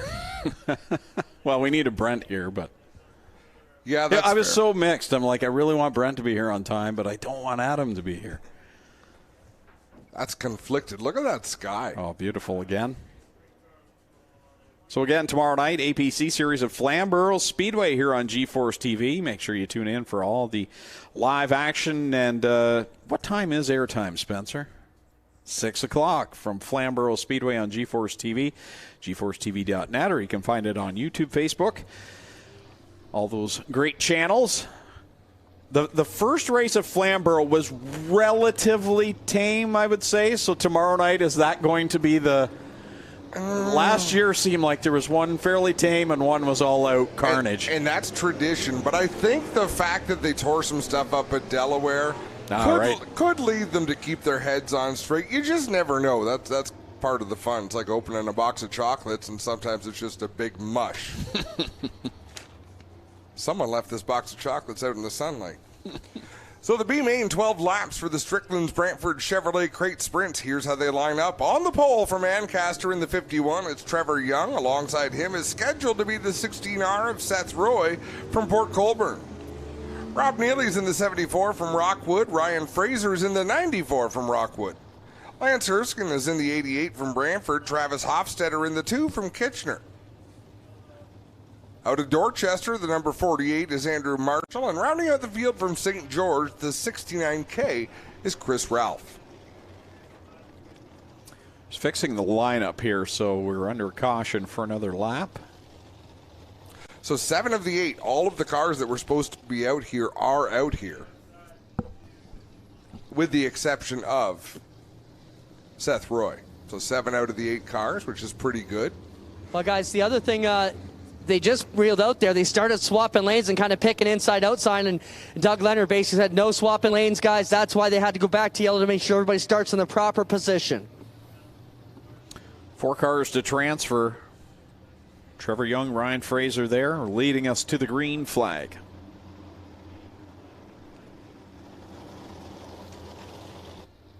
Young down on the bottom, the 51 with the blue wing, and the all-white 94 is Ryan Fraser. Green flag in the air for 12 laps of action.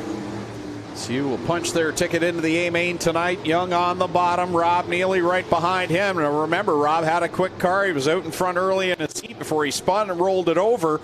And look for him to be solid here in this B-main. Man, we got 5 very competitive cars out there racing for 4 spots. Andrew Marshall, a little bit on the outside looking in, but he could string some laps together. Right now it's Lance Erskine struggling out there in the 88. He's fallen back off a transfer spot. Rob Neely out in front by a good distance over Trevor Young, Ryan Fraser, and Travis Hofstetter. And right now, this is good for some of these drivers just to get some laps down and to have a good 12-lap run and more experience gained. Yeah, you've got a little bit more racing room out here than you will in a feature event or really in a heat race because the track is heavier. So Trevor Young, though, in that 51, struggling a little bit. He's dropped back to the 4th spot. Still got half a straightaway over Lance Erskine, but there's a lot of laps to go. Off the corner comes Rob Neely in the radio shuttle. Neely Auto number 74. Fraser right now in the 2nd spot. Here comes Hofstetter. He's got it wound up on the outside, trying to catch Ryan Fraser for 2nd. Good 3-car battle there for 2nd, 3rd, and 4th. Rob Neely is checked out with the lead. Ryan Fraser holding down 2nd, but here comes Hofstetter to the outside. He'll work that line, and at the stripe, it's still Fraser in the 94 in that 2nd position. Hofstetter, though, getting some good laps on that outside line and trying to work on the 94. Good experience for him to be able to be out there on the top, battling it out for a position. Chris Ralph getting the move over flag while Dave Hunzinger tells the field we're halfway through with this B-main. Oh, Chris Ralph going around in turn number 2 just ahead of the race leader.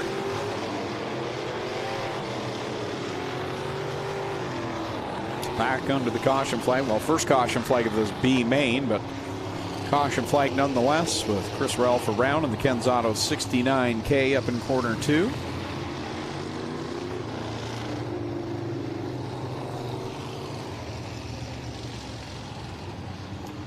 Chris Ralph trying to earn his stripes out there in that 69K. You know, we don't talk about this enough, but the racers we have at Ohsweken make it look easy. And it's not. It is not easy to drive a race car. So people come along with less experience and they learn the hard way. And this is more challenging than I thought it was going to be.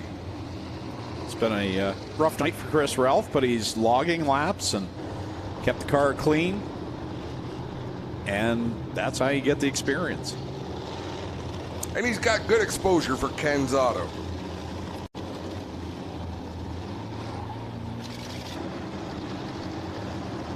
Pushed off and ready to go. So top 4 transfer to the A-main. Right now that's Rob Neely, Ryan Fraser, Travis Hofstetter, and Trevor Young in the 51. Lance Erskine has a 2nd opportunity here to get up on the wheel and try to make something happen. He had fallen back well out of contention. This is his chance. To mount a charge on Trevor Young in that 51, there's plenty of laps still to go. 6 laps down, 6 laps left.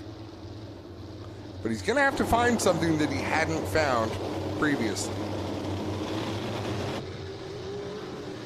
Here we go. Green flag back in the air. 6 laps left in this B-main. Neely, Fraser, Hofstetter's got it wound up back on the top again. Young now feeling a little bit of pressure as Erskine's right there. Erskine sails it down into turn 3. Trevor Young a little bit smoother, a little bit quicker around the bottom. But Young's having a hard time getting the power down too. So Lance Erskine, there's blood in the water. Lance Erskine has to try to pounce. Rob Neely's been the class of this one so far, though, and not a big surprise. And the number 74 over Fraser, Hofstetter, Young, and Young now able to distance himself from Erskine in 5th.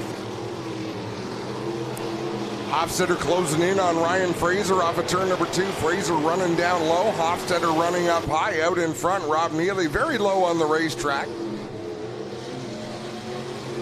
Hofstetter again working that outside line off of corner number 4. He's pushing hard on Ryan Fraser, trying to take that 2nd spot. Chris Ralph in the 69K was watching him. That car is very upset in the corners with him, so he's struggling to get a handle on that thing, and Rob Neely closing in to put the 69 a lap down. This time by it'll be the white flag for leader Rob Neely as he gingerly works around the 69K in corners 3 and 4. One more trip around for the radio shuttle 74. Lance Erskine way up on the high side, looking to throw a Hail Mary here on this one, but that car is just not agreeing with the young man right now. Rob Neely brings it down into turn 3 for the final time. He'll wheel it through 3 and 4. Rob Neely going to take the win in this B main. Second place goes to Ryan Fraser. Third, Travis Hofstetter. Fourth, he will start 28th in the A main, goes to Trevor Young. Seeing their night end early, Lance Erskine, Andrew Marshall, and Chris Ralph. All qualifying complete now, so feature time. 4 features tonight. Kicking things off will be the Middleport Mechanical Thunderstocks, 20 laps. Then the Cool Kids Ice and Water Core Pack Merchandising 360 Sprint Cars for 20 laps. Our HRW Automotive Mini Stocks will go for 15 laps, and then these Crate Sprint Cars will go as the final feature of the night, 20 laps for them. Go Fast Teeple starts on the pole for the Middleport Mechanical Thunderstocks main event. He's from Thorold in the 11. Kyle Andrus from Hamilton, the 43, starts second. Rob Hoskins out of Harley will start in third in the 37. Melissa Miller goes from fourth in the 93. She's from Hagersville. Casey Huffman out of Brantford in car 13 starts fifth. Sixth will be Tim Phelan from Binbrook in the 427. Mark Fawcett from Canfield in the 32 will go from the 7th spot. Going from 8th out of Hagersville, the 75, Ryan Berry. In the 9th spot, it's Mike Klazinga from Hagersville, the 93K, and Mark McDonald out of Corbyville in the 2M. Adam Plazik lines up 11th out of Caister Center in the 41, and also from Caister Center in the 28, it's Jim Lampman in the 12th spot. And in 13th, another Caister Center drive, the 28D, Donnie Lampman. Ron Logie goes from 14th out of Burlington, the 97, the runner-up 1 week ago, to his right behind him, the next row, the 55 of Mikey Bobby. Mike Thorne from Caledonia starts 15th. Going 16th out of Hagersville, the 23 of Trevor DeBoer. 17th, Vittoria, Ontario's 84RK of Ryan Beagle. And 18th out of Ancaster, the 19 of Kyle Wirtz. Starting 19th from Guelph, the 79 is Christopher Hale. Starting in 20th out of Port Robinson, the 108 junior of Zach Bleach. Going 21st out of Hagersville, 49, that is Dave Bailey. A lot of work to do here tonight. And starting in 22nd out of Ohsweken, the 38, Frank Turkey. Going in the 23rd spot from London, the 76 is Jamie Gooch. 24th spot from Hamilton, the 25 of Ken Sargent. Starting in the 25th position, the 53 of Logan Schwedick out of Jerseyville. 26th from West Lorne, the 65 of Scott Dunn. And Brian General in the 13.5 starts in the 27th spot. Are racing gloves mandatory here at Ohsweken? Yes, they are. They are now? Okay. I know for a few years they... If you need to point somebody out to me, send me a message. No, you know what? It's the color of the gloves. I was watching someone waving to the crowd like, that's a bare hand. But it's not. It's a white palm glove. Just want to make a quick announcement. Got to get a quick shout out to a couple of our super fans. Vicky and Wesley want us to wish Emily Taylor Bond a happy 21st birthday on Sunday. And want to say hi to our Kids Club members who are riding in the pace truck tonight, guys. Here we go. Ready to roll. 20 laps the distance for the Middleport Mechanical Thunderstocks. Green flag goes up in the air, and they're fanning out 3 wide down the front stretch. Rob Hoskins lead the way, comes off the bottom. Fawcett to the inside in that 32 machine. He'll take the lead down the backstretch. Look at that gaggle of cars. Yeah, coming off that second corner, a great shot of them going 4 wide. They're still clean and green. Off of corner 4, they come across to complete the first lap. And out in front, it's the 32 of Mark Fawcett over Mike Klazinga. Man, oh man, Go Fast Teeple getting squirrely back there with Barry. He's got a flat left rear tire. Everybody trying to take evasive action, and they do. It's been a tough couple of weeks for Go Fast Teeple in that 11 machine. He comes up lame on the outside of turn 3. We'll see if he's able to make it around. Meanwhile, at the front, Mark Fawcett. Oh, trouble in turn number 2. Melissa Miller goes around full 360. So she did a nice job to keep that car spinning, and everyone behind her did a nice job as well. And the caution flag, the Go Fast people needed as well. How about Adam Plazik up there in the top 5 in that 41 machine? He started in the 11th spot, so a good opening couple laps for Adam Plazik. Well, guys, issues on the T-pole 11 at the top of turn number 4. We're just getting over there. To me, it looks like a problem with the left rear. You had left rear shredded on this car. So not sure whether he's going to try and drive that in or not. And he's going to call for a hook here on the back. So the problem with that, it's probably going to end his race, guys, because no courtesy laps for Street Stock. If he drove it in, he'd be all right. Come up here, Jack. Let's look at the other side. He's got all kinds of damage. Oh, yeah, the right side has got problems as well here. Up here on the right rear, the quarter panel, the right rear fender is bent up a bit. They're going to try and move out of the way here as we try and get out of the way. But yeah, so that's the problem. You got a fender bent up here, flat left front over here. Problem on both sides. They're calling Big Red in to tow him off. I'll tell you, Casey Huffman did a nice job avoiding Melissa Miller there as she spun on the racetrack. He had to use some quick thinking. Head up the track, get the car woed up to not make some pretty significant contact there. So that was win-win for both Huffman and Melissa Miller.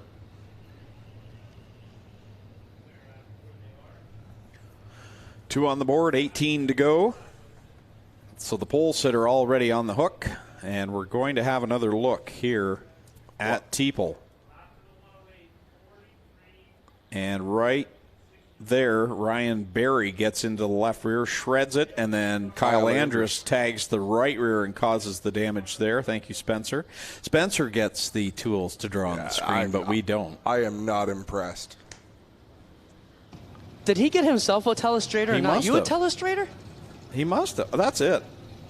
Come on up here, Spencer, if you think it's that easy. Well, that's payback for all the ice cream that you got yourself and didn't get for him. Now, Spencer has his reasons for not wanting us to have a telestrator. Yeah, they're mostly you. You are the reason. His concerns are warranted, but I think the novelty would wear off. I don't think so. It would not. Okay, before or after we get banned by the CRTC? Yeah, exactly. Have you seen the new Mike Myers feature on Netflix, The Pentaveret? No, you told me about it, and I'm steering clear. Yeah, there is a lot of Mike Myers to see in that little comedy bit. And that's the problem. You'd be drawing things like that on our telestrator. I don't see why you say that. How could Adam draw Mike Myers? I don't think he was that talented. Oh, when Clint makes it funny, you want to mark it on the calendar. Hey, give me a break. It happens more than that. It happens more than that. Can we mark that spot, Spencer?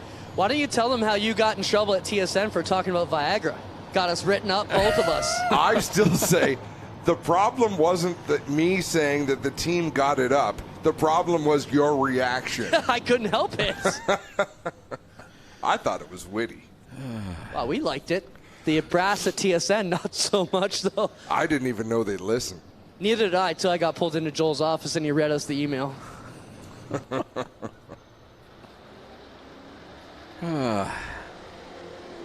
Oh, racing. Back at it. Oh, the Dunn machine had a handful there. Right front flat. Oh. In trouble for Ryan Beagle mid-pack. Casey Huffman goes around. Oh. Ryan Beagle just, well, he got clobbered on every end there, I think. Casey Huffman's got all sorts of issues. They're all in it. Wow. Ken Sargent had a right front going down. Casey Huffman's got a left front problem. Looks like the tie rod or something in the steering is busted. Donnie Lampman's got damage on the right front. So down into the corner, Donnie Lampman to the inside of Rob Hoskins. They rub, and then they rub again.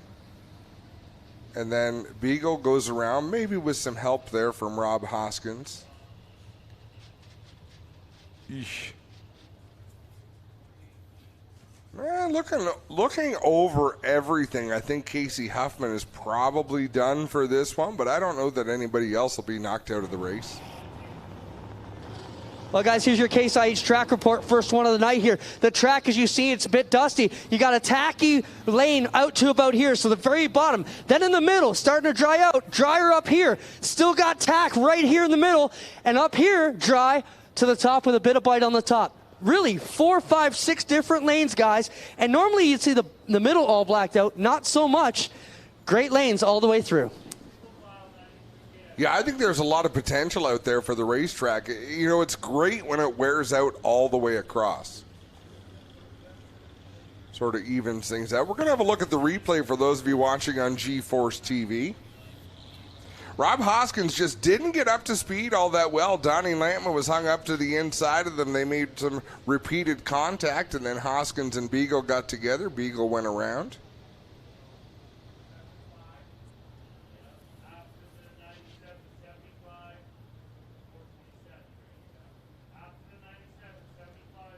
That started in 4 between Lampman and Hoskins and unfolded down in corner number 1. Ken Sargent was back mid to back pack. He was slow trying to get out of the way because he had that right front flat, and then still gets collected in it and had some damage there to the nose of the car by the time he made it to the pit area.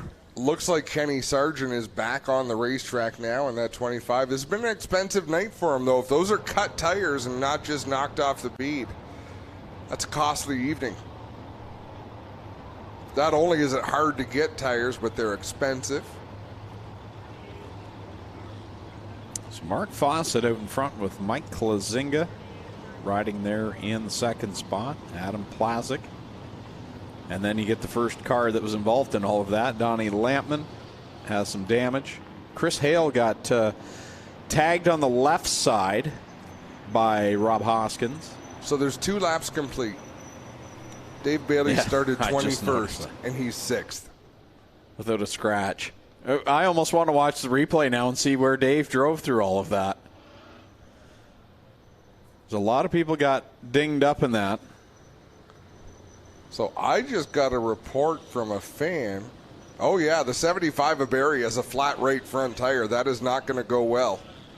Let's watch this replay. Well, Bailey was already up to 8th at this point, so let's see what happens to him on this restart.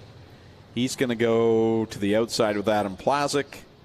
Yeah, a little bit of contact there with Chris Hale, but I think for the most part he was all right there. Ryan Barrie peels off the racetrack. Tough break for him as his right front goes down under that extended caution. But unless they get a yellow flag right away, his chances of a decent finish are done. Field jumbled up from where we started. Green flag is out with still 18 laps left to go. Mark Fawcett out in front with Mike Klazinga all over his back bumper, and then they're 3, 4 wide down the backstretch behind them. Christopher Hale down the inside. Adam Plazik next car up. Oh, Plazik gets loose in 3 and 4. Wow. I thought he was going around there, but drives a pretty wheel there and holds on. Now we've got Frank Turkey in the 38 around in corner 4, but keeps it going. Yeah, Turkey's going to keep on going. That's a sportsman-like thing to do. Dave Bailey working on that 3rd spot. Watch Donnie Lampman. He's getting around the ends pretty well, too, in that 28 up on the high side. 4 laps on the board. It's all Mark Fawcett right now in the 32. Klazinga hanging tough, and here's Dave Bailey working the outside line, but Chris Hale's got a good run on him.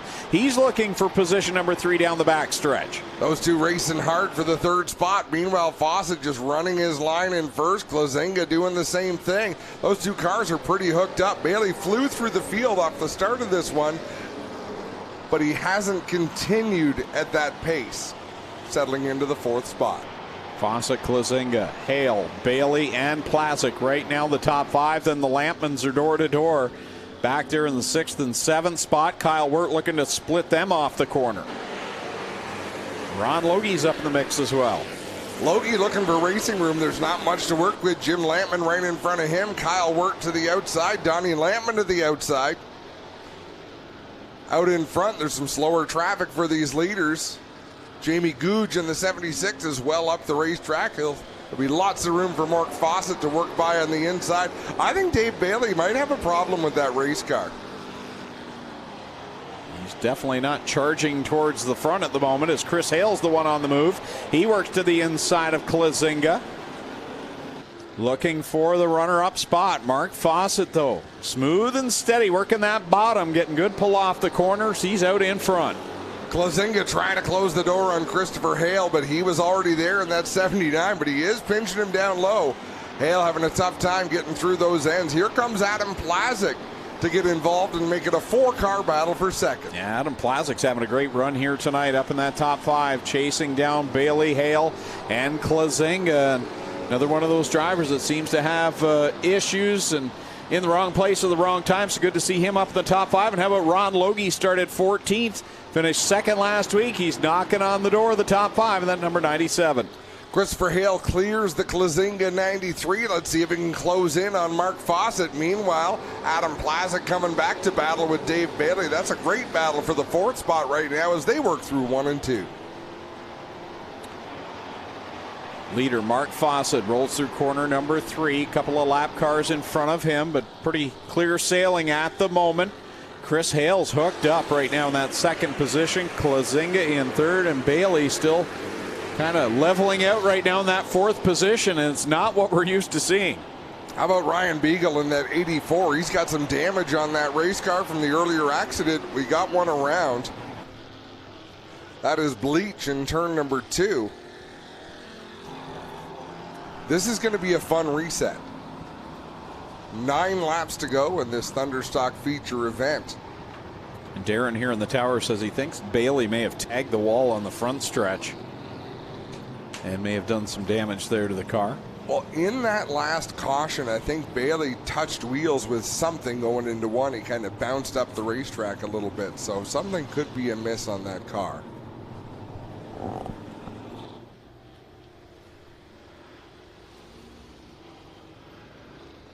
Just looking through the list here, I thought Mark Fawcett had won here before, but I'm not seeing his name on the list.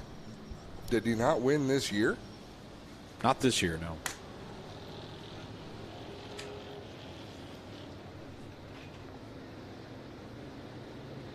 Mikey Krutchka has a Thunderstock win. Yeah, that'd probably be going back a couple of years. Maybe when he drove Lee Winger's car? Ah, yeah. Yep. Ryan Barry back on the track in that 75 machine after having to change a right front tire. I am sure he is laps down. In fact, yeah, he's 4 laps down.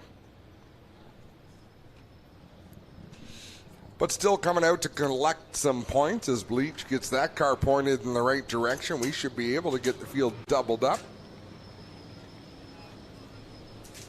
Solid outing tonight again for Chris Hale. It's been good all season long.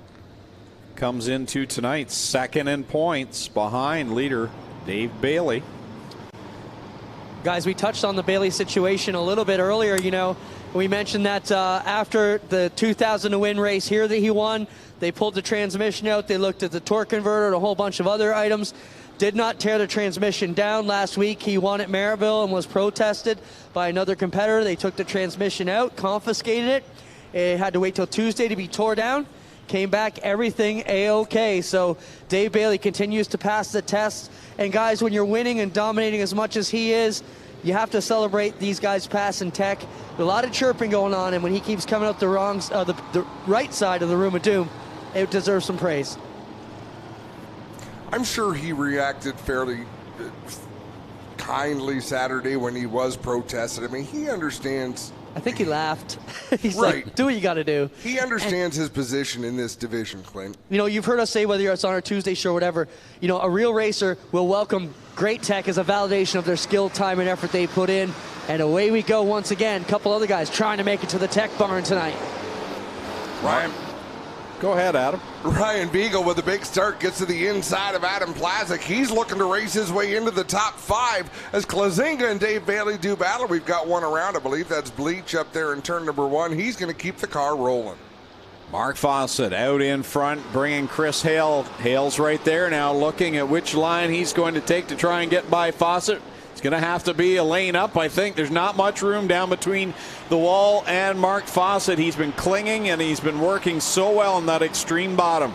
Hale is good at the extreme bottom. Mark Fawcett about 2 feet off the wall, and then Ryan Beagle right behind them, kind of running that same line again. So tough deal when all the top 3 with 7 laps to go, running exactly the same line around the bottom. Now Dave Bailey doing the same thing as well in the 4th spot. How did Ryan Beagle go from being in the middle of that storm of an accident that happened down in 1? He's up there in 3rd, now challenging for the top 2. You know, Greg, I wanted to mention that. He nearly got clubbed 7 times in that wreck. Somehow stayed alive, drove through it, and he's going for the podium now. Here he is to the outside of Bailey, working on the back end of Hale. It's nose to tail for the top 4, and Logie is kind of looking at that top 4 saying, I want to be back on the podium again here tonight as well. I love that Ryan Beagle knew, even though he's great on the bottom, he's not going to be able to get around these 2 on the inside. So he went up to the high side, and he's trying to make some hay up there right now. He's doing a great job. Beagle roll on the high side. He's up to the 2nd spot, even though Chris Hale tried to drive him into the pit stands. And this is perfect for Mark Fawcett if these 2 can keep at it, but Beagle gets a good run. Now he's going to launch to the outside of Fawcett. Fawcett leads the lap, but Beagle's right there now. No, Beagle led the lap. He got a great run off of turn number 4, led by the slightest of margins. Fawcett fighting back on the bottom. Beagle up high. It'll be 3 laps to go. We need a start-finish line. No, anyways, here comes Fawcett off the bottom side. Beagle again at the stripe. This time, and yes, he's going to lead it again in that number 84 RK. What a battle, what a move by Ryan Beagle. Christopher Hale saw exactly what the 84 did to take the spot. I don't think he's got it in that 79 machine to make that same move. Here they come another time off of 4. 2 laps left to go, and Fawcett's not going away. He's still there with Ryan Beagle down in corner number 1 and 2. Fawcett rolls the bottom, but Beagle gets a good run. Fun battle to watch as we got a lap and a half to go. Fawcett tries to nose in and keep track position on the inside of Beagle, but Ryan Beagle closes the door, heads down to the bottom. The white flag flies. One more trip around. He might not have the prettiest car for victory lane, but if he's the first one across the line, it doesn't matter. Ryan Beagle, what a night. Would have counted him out a handful of laps ago, and here he is looking for the win. He's going to work his way through 3 and 4. The battle will be on for 3rd. Can Chris Hale make a big swing? Beagle for the win. Fawcett 2nd. Bailey 3rd. Hale falls back to 4th. Logie up to 5th. Then it's Kyle Wirt, Mike Lazinga, Trevor DeBoer, Donnie Lampman, and Ken Sargent. I got to say, Ken Sargent bringing home a top 10 after the night he had. Well done. Yeah, well done by Ken Sargent. Must needed, I think, as well. He's had his struggles this year. And now we're going to send Ryan Beagle to Quick victory lane to talk to our Clinton Jeffrey. And look at that car on the screen. The right rear all peeled back, but he worked his way back through the field after that. A big pileup down in 1 and 2. And somehow pulls out the victory. You know, it's funny. For Ryan Beagle, there's so many times where you think he's going to win tonight. And then he doesn't. Tonight it was like, he's not going to win. He doesn't have a chance. And here he is. That's the way it goes. That's what's so fun about racing. You never know. It's unpredictable. Mark Fawcett going to wheel there first into victory lane. That's where 2nd place goes. Ryan Beagle will be in the middle, looking like a Fox cutaway car. And then Dave Bailey. Hey, where does 3rd place park? He doesn't know. Yeah. 4th win for Ryan Beagle here at the Big O. Well, his 4th win, but this car looks like a shark took a big bite out of the back right rear quarter of it as we talked about it. And we'll find out what he has to say about that wreck. But here he comes, the big guy. Ryan Beagle climbs out of the 84 RK, and we'll get a word with him here as he'll make his way around to the front.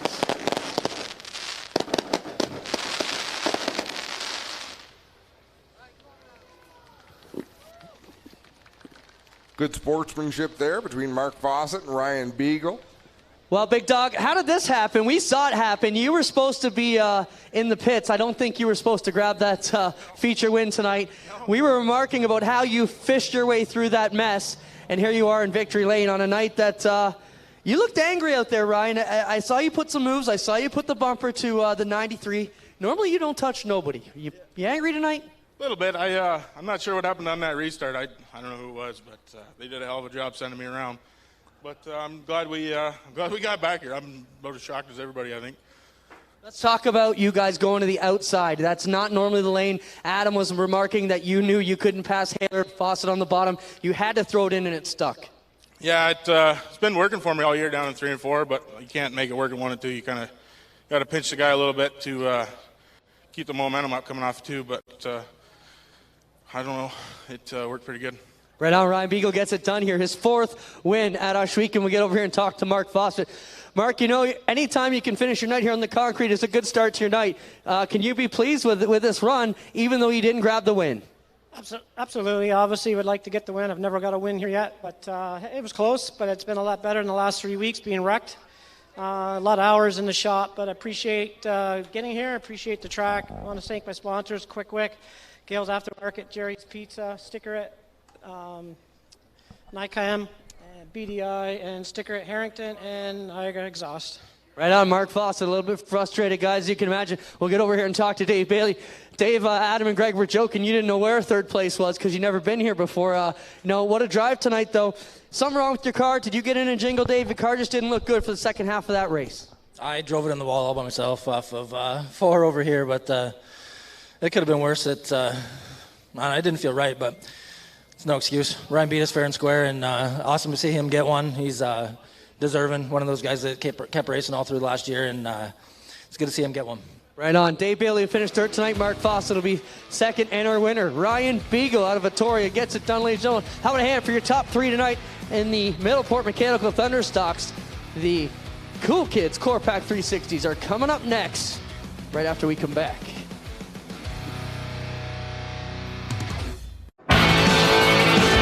Well, good evening, everybody. Welcome to our weekly race chat. Adam Ross and Clinton Jeffrey are live and interactive every Tuesday night. Rivals Race Chat is your home for race discussion, debate, news, interviews, and more. They'll even take your questions and comments live on the air and talk to some of the newsmakers each week. Tune in every Tuesday night at 8 p.m. on GeForce TV.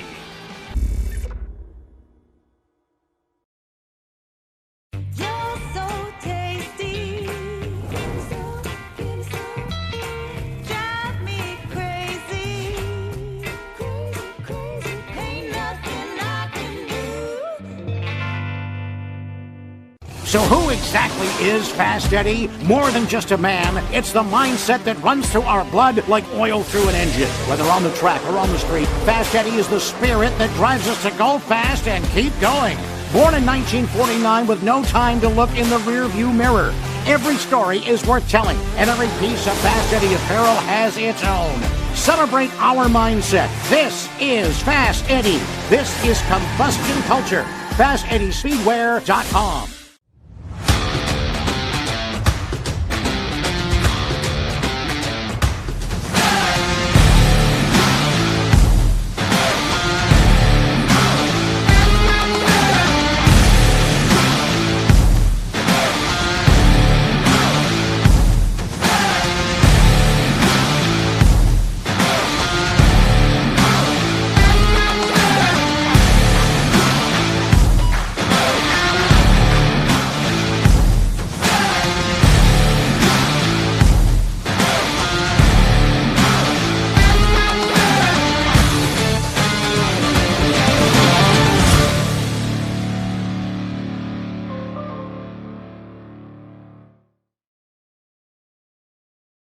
Early man discovered fire, but Quick perfected fire. Quick is the only fire starter that guarantees to start your campfire, wood stove, or fireplace without the need for kindling or paper. Find your nearest Quick retailer at quickwick.com. Back live on GeForce TV, Slack Lumber Night here at the Big O for Friday Night Excitement. Feature race number 2 on the track. The Cool Kids Ice and Water Core Pack Merchandising 360 sprint car starting on the pole out of Ohsweken, car 0, the Ohsweken Flyer Glenn Stiers. To his outside from Binbrook, car number 9, tonight's Ackland Insurance Top Gun Award winner Liam Martin. Going from 3rd from Beamsville in the 88H, that is Josh Hansen, and going from 4th from Mount Bridges, the 45, Nick Sheridan. Starting in the 5th spot from Caister Center, the 11 is Jamie Turner. And his outside from Brantford, car 10, downtown, Mitch Brown goes 6th. 7th from Scotland, Ontario, the 87X is Sean Evans. From 8th out of Port Colborne, the 5D, that'll be Jacob Dykstra. Going from 9th from Dunville, car number 91 is Ryan Turner. And going from the 10th spot from Kirstall, Victoria, Australia, car number 20 is Braden Cooley. Rolling off in the 11th spot from Hamilton, the 01K is Mikey Krutchka. And from the 12th position from Dorchester, car 1 is Holly Porter. Going from the 13th spot in car 13 from Tilsonburg, it's Corey Turner. And going from the 14th position in car number 90 out of Grimsby, it's Travis Cunningham. 15th spot from Beachville, car 5 is DJ Christie. And going from 16th, Jim Hoopinen out of Fenwick in the 14H. 17th spot from Lewiston, New York, the 81 is Derek Jonathan. From 18th out of Niagara Falls, the 70 is Bailey Hurd. Jake Brown lines up 19th. He's from Brantford in the Little Bend 110. 20th spot goes to Ohsweken's number 15 of Dan Nanakoke. 21st spot from St. Catharines, the 46 of Kevin Pauls. 22nd starting spot out of Brampton, the 70MM, that is Dave McKnight Jr. And 23rd and final starting spot from Ohsweken, the 68, is Aaron Turkey. White flag is displayed, and I'll tell you what, why don't we do it for the first time? The features tonight, a quick fire it up, the sights and sounds of the 360 sprint cars coming to life, 20 laps the distance, here with a quick fire starter, fire it up.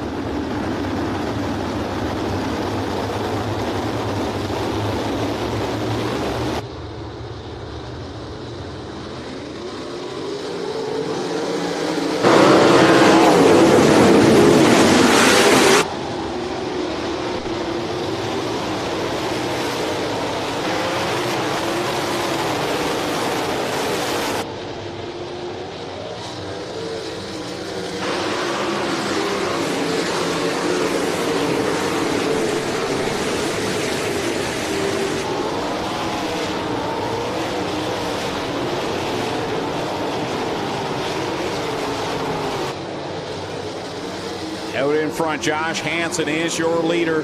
And trailing him, Jamie Turner. How about the run for him? The Charlie B. Honey, number 11 to the outside comes Tricky Nick Sheridan in the 45. Sheridan up to that second spot. He's got a lot of ground to make up if he wants to close in on the leader, Josh Hansen. This is not the type of racetrack I would imagine Nick Sheridan is going to excel on, but he's looking good out there. What a start here for this feature event. We've had some drivers at the front fade towards the back, and we've had some guys jump right out in front early on as Nick Sheridan tries to track down Josh Hansen. The torrid pace are already beginning to catch lap traffic. We have got a lot of slide jobs being thrown deep in the field. Jake Dykstra, Ryan Turner, a lot of them throwing these cars around out there. Hansen, his lead is evaporating slowly to Nick Sheridan. The two of them have pulled away handsomely from Jamie Turner, who's holding down the third spot. And here comes Mitch Brown to his outside. He's got Mikey Krutchka tagged in behind him as they work down the back stretch. Third, fourth, and fifth. It's Hansen, and Sheridan has closed the gap as Hansen's boxed in behind some lap traffic. Kevin Pauls and Dave McKnight Jr. Hansen does a nice job going to the bottom, changing his lane to go around that slower traffic. Nick Sheridan going to do the same thing. He'll go to the bottom in 3 and 4, but he lost some of the ground he had made up on our race leader, Josh Hansen. Slides up in front of the lap traffic as Hansen now works on Turkey, Bailey Hurd, and Eric Jonathan. So Sheridan will have another crack here to reel in the leader. It's a long ways back, a straightaway back to Mitch Brown, who took third place away from Jamie Turner. Maybe all Josh Hansen needed was a 20th year. He just needed a 2 in front of his age. It's working tonight in that J&E recovery. Julie Swayze Remax 88H as he works by 2 more lap cars. Here comes Nick Sheridan though, Adam. Sheridan bogged down just a little bit there, driving to the bottom.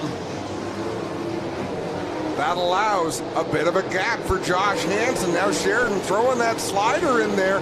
He's going to slide up behind Derek Jonathan, so not what Nick Sheridan needed. Yeah, he parked it right there in front of Bailey Hurd, and here comes Sheridan again, slides in front of Derek Jonathan. As it is already halfway home, 10 in, 10 to go. It's all Josh Hansen over Nick Sheridan, and Mitch Brown trying to close the gap on the top 2. He's gaining ground, but slowly. Hansen has shown he's got a lot of speed up on the high side, but he can also drive to the bottom when need be. Close quarters racing there between Aaron Turkey and Braden Cooley as Glenn Stiers goes up off the racetrack in turn 2. Yeah, he's having a struggle here tonight, keeping a handle on the car with the leader bearing down. Here comes Hansen working through 3. 3, Sheridan and Mitch Brown second and third. Nick Sheridan launched it off the track in turn number 2 that last lap. I'm watching jockeying for position that'll take your breath away deeper in the field, but up front it continues to be all Josh Hansen in the 88. He's got 15 car lengths over Sheridan. Now for Hansen right now, the next battle he's going to have to endure is that Turkey Cooley battle. The 2 GSR cars right in front of him, and Glenn Stiers is there as well. Hansen going to have to pick the right line. Here comes Sheridan working the outside. He's closed the gap. Josh Hansen about to run the gauntlet, the Glenn Stiers Racing gauntlet just in front of him. Look at the pack in front of them though, as Josh Hansen has company. Nick Sheridan right there behind him as Hansen goes to the inside of Cooley. Sheridan tried the middle, can't make it stick, and Hansen keeps the lead as they split Cooley right now. Here comes Sheridan, dives down into the bottom of corner number 3. He's on the inside line, Hansen to the outside. Here they come across the stripe with 5 to go. Josh Hansen now knows Nick Sheridan is there. He had to see him on the inside. He knows it's time to go. He makes the move on Glenn Stiers, gets alongside Dave McKnight on the backstretch. Here they come in through corner number 3. Glenn Stiers in the middle of the top 2, and look at the gaggle right in front of the leaders with 4 laps left to go. It's Hansen right now leading over Nick Sheridan. Mitch Brown still a little ways back from the top 2. Oh, trouble in turn number 2. Dave McKnight goes around. He keeps the car running, but I think he's going to come to a stop up on the outside. I also think this is a big break for our race leader. Yeah, Josh Hansen was about to bear down on some 3 wide racing in front of him, and this is going to play into his favor, you'd have to think. Clear racetrack with 4 laps left to go. Josh Hansen was about to get to a point in lap traffic where it is so big, Nick Sheridan doesn't have to make a decision. All he needs to do is whatever Josh Hansen does not do, and Sheridan would actually have had more options than Josh Hansen. I think that would have been heartbreak for Hansen. I don't think I'd count Mitch Brown out just yet. He made up a lot of ground on the top 2, but again, lap traffic kind of kept him from really creeping up on them. But that 10 car, the CarQuest Auto Parts machine's quick as well. Liam Martin up there in 4th. How about Mikey Krutchka running in 5th? Corey Turner right now in the 6th spot, started back in 13th. Jacob Dykstra having a solid night as well. Man, the first 5-6 laps of that race, it looked like Jamie Turner was going to be a podium driver tonight. He was looking great in that Charlie B. Honey number 11. Still up there in the top 10. No, maybe just outside of the top 10. Dave McKnight gets turned around the lift toe number 70mm. We should be able to get back to racing here in another lap and a half.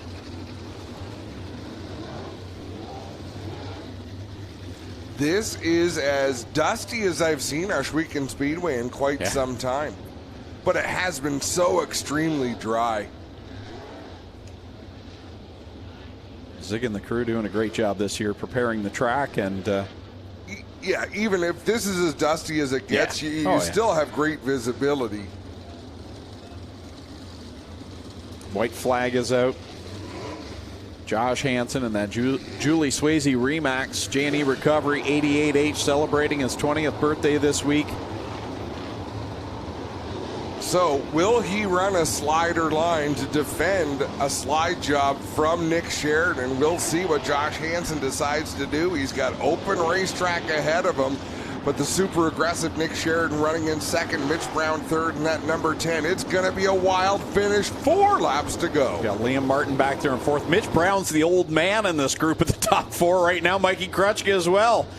Here we come, back to the green flag, single file past the restart cone, and they're off into corner number 1 with 4 laps left to go. Josh Hansen right to the bottom, Nick Sheridan right to the top. They meet up halfway down the back straightaway. Sheridan going to throw that slider, drives it hard into the turn. What a crossover move by Josh Hansen. Hansen makes it work. Here comes Sheridan back down to the inside in corner number 1. Close quarters down to the bottom. Sheridan sticks it in and makes it work. He'll pull off with the lead down the back, stretch it into 3. It was a battle of willpower. 2 laps to go, and Hansen going to throw a slider back. Sheridan off the outside of turn number 4, and he'll come to rest.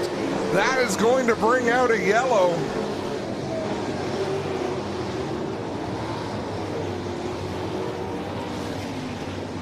Over the course of the last 25 years, Clinton Jeffrey and I have had many discussions on the art of a slide job.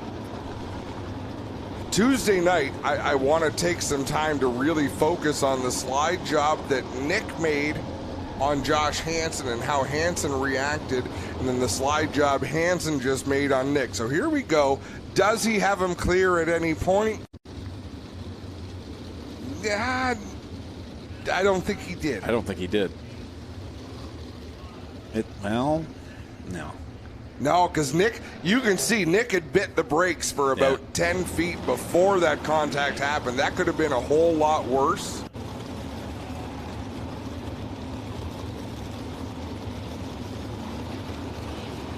Wow. Close racing. I mean, a couple of hungry young drivers. You take nothing away. So here's,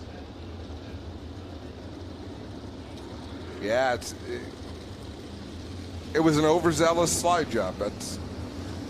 Well, guys, you know Nick's going to be disappointed with this, but as they say, you've got to be in it and give him away before you can take him home.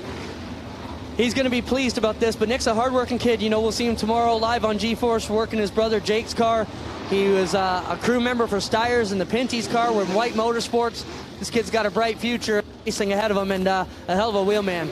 That could have been a whole lot worse, Clinton. You know, when you catch someone's right rear like that could have ended much worse. Nick Sheridan able to refire that 45 and restart this race still on the lead lap. It's going to take him a day or two to realize it could have been worse, because he'll be pretty steamed right now. But now Josh Hansen has to refocus in that 88. He's got a job to do, and he's still got very top-notch equipment behind him. And Liam Martin in that 9, Mitch Brown in the number 10. 2-lap shootout to the finish.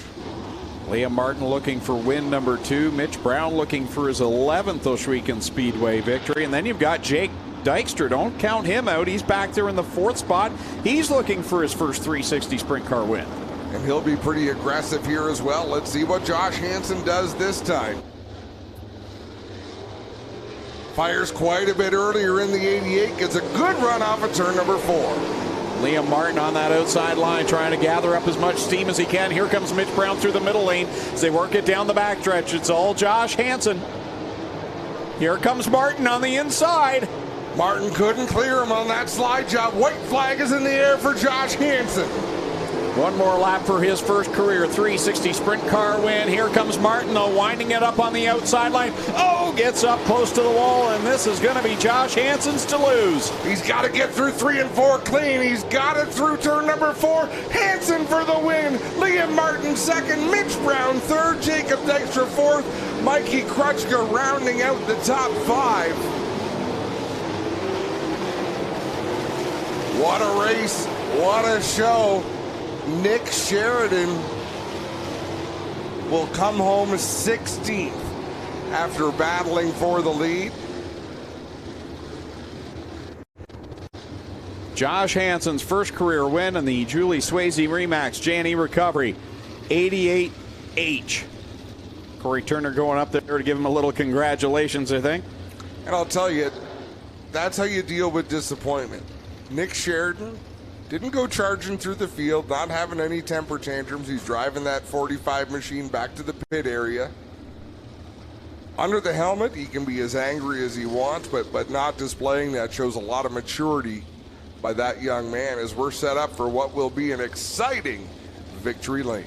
I'll tell you what, 6 sprint car races here for the 360s in 2022, 6 different winners. Can't beat that. And there's still plenty of talented drivers and good equipment who have not been to victory lane. One more fireworks lighting up the sky for Josh Hansen as the Hansen family will celebrate. Our Clinton Jeffrey will be down there in quick victory lane to talk to Josh as he climbs out of the car. Liam Martin 2nd, Mitch Brown, the elder statesman on the pad there in the 3rd spot.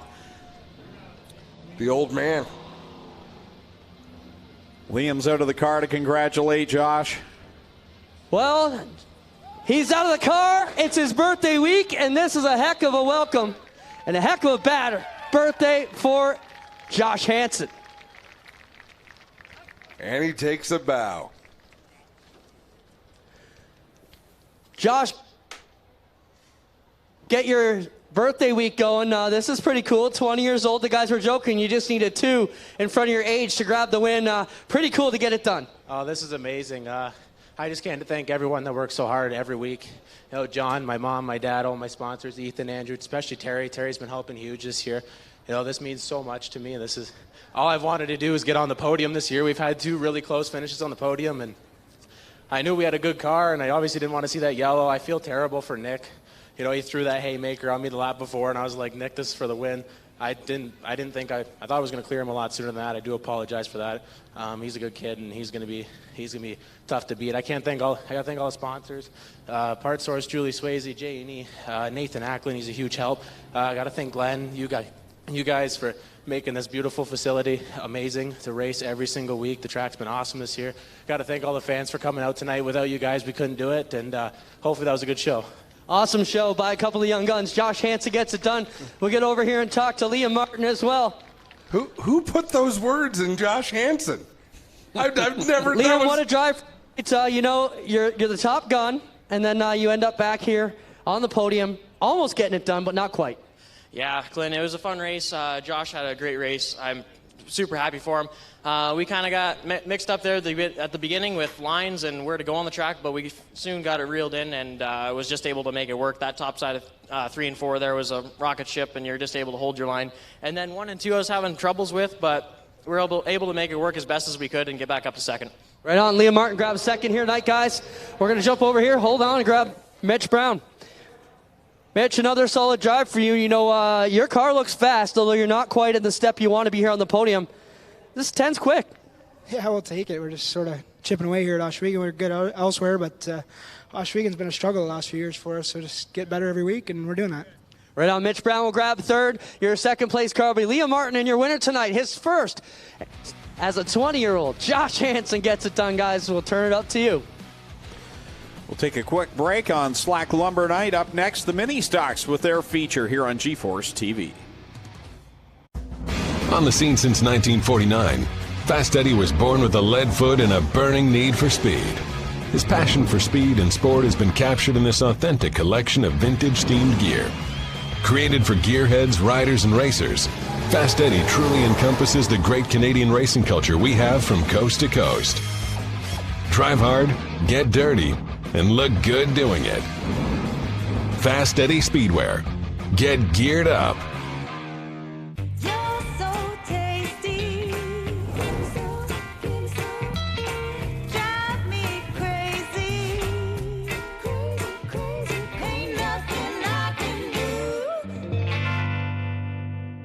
Early man discovered fire, but Quick perfected fire.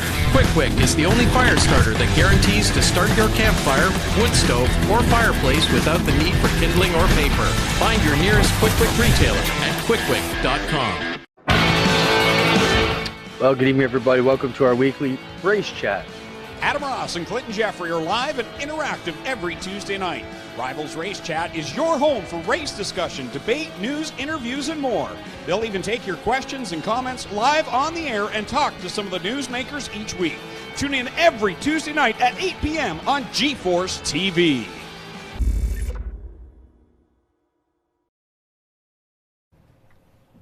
Back live on GeForce TV, Slack Lumber Night here. Friday night excitement at the Big O. HRW Automotive Mini Stocks ready to roll with their feature event. Here's how they'll roll off on the pole out of Hagersville. The 26 is Tim Newell, and alongside him, it's the Pinball. Out of Caledonia, the number 11, it's Mike Pinball Guyberson. Starting third from Ohsweken, the 188 is Paul Longboat. Starting fourth from Brantford, the 1A is Ashton Dickey. Starting fifth in the number 2 out of Hamilton, it's Matt Newell. Starting sixth in the 54 out of Stratford is Christopher French. Starting seventh out of Waterford, the 4 is Wade Thorne. Starting eighth in the 11E out of Linden, it's Jeff Elsliger. Starting in ninth, he drives the 6X from Smithville, Mike Sarantakos. And on the outside of row number 5 from Port Colborne, the 14L is John Lubeck. Starting 11th from Burlington, the 10X is Jeremy Hughes. Starting 12th from New Hamburg, the 21H is Ryan Hiller. Starting 13th from York, the 9 is Tim DeBoer. Starting 14th from Guelph, the 1 is Jason Tolton. Starting in 15th out of Port Colborne, the 09 is Clinton Barrick. Starting 16th from Hagersville, the 23 is Dusty DeBoer. Starting 17th in the 51 out of Smithville, it's Eric York. Starting 18th from Ancaster, the 16 is Fabio Oliveri. Starting 19th from Thorold, the 96 is Tyler LaFantasy. Starting 20th from Beamsville, the 7B is Sean Cuse. 21st from Chatham, the 20A is Aidan Maynard. 22nd from Cambridge, the 69 is Rob Twitchett. 23rd in the 265 from Caledonia, it's Mike Evers. 24th out of Brantford, the 64 is Nick Erskine. 25th from Waterdown, the 01 is Tristan De Silva. 26th from St. Catharines, the 13 is Vincent Pagnotta. Rounding out the field, starting 27th, it's the 10J out of Hagersville of Jeremy May. 27 cars, 15 laps for the HRW Automotive Mini Stocks, and more importantly, $1,000 to the winner tonight. Well, I'll tell you what I will probably watch, at least with one eye. Tristan De Silva in the 01, Nick Erskine in the 64. They are coming from deep in this field. A couple of youngsters who really seem to do well working through traffic. So if you want a show, keep your eye back there. Just ahead of them, it's Tyler LaFantasy, who's done more winning this season here at Ohsweken than any other driver. What are you going to watch with the other eye? You. Me. Good idea. All right, here we go. Ready to go 15 laps of distance for the HRW Automotive Mini Stocks. Third feature of the night. One more to come for the crate sprints. Strickland GMC Pace Truck pulls off, and we are ready to go, says Dave Hunsinger. He's got the green flag in hand. Green is out. Tim Newell gets a good long. So does Mike Giberson in that white number 11. He's up on the high side, but it's Tim Newell and Matt Newell out in front, the 26 and the 2. And I spoke too soon about Giberson. He is falling back quickly in the 11 as the yellow flag flies. We've got Lubeck in the 14 and DeBoer in the 9 getting together down in turn 1. So we'll try that one over again. Lubeck not yet moving, but DeBoer able to pull away from the scene. We'll have a look at the replay. Oh, did Lubeck get help there?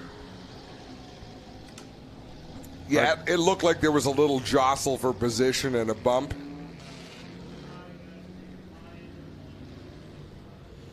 Of course, this will be a complete restart. 0 laps complete. Boy, Mike Giberson drove it down into the corner. I thought, good for you, Mike. He's going to have a good start, and then it just laid over. I'm not sure if there was contact there. After seeing it a second time, if I had a telestrator, I think it would make all the difference. All the difference.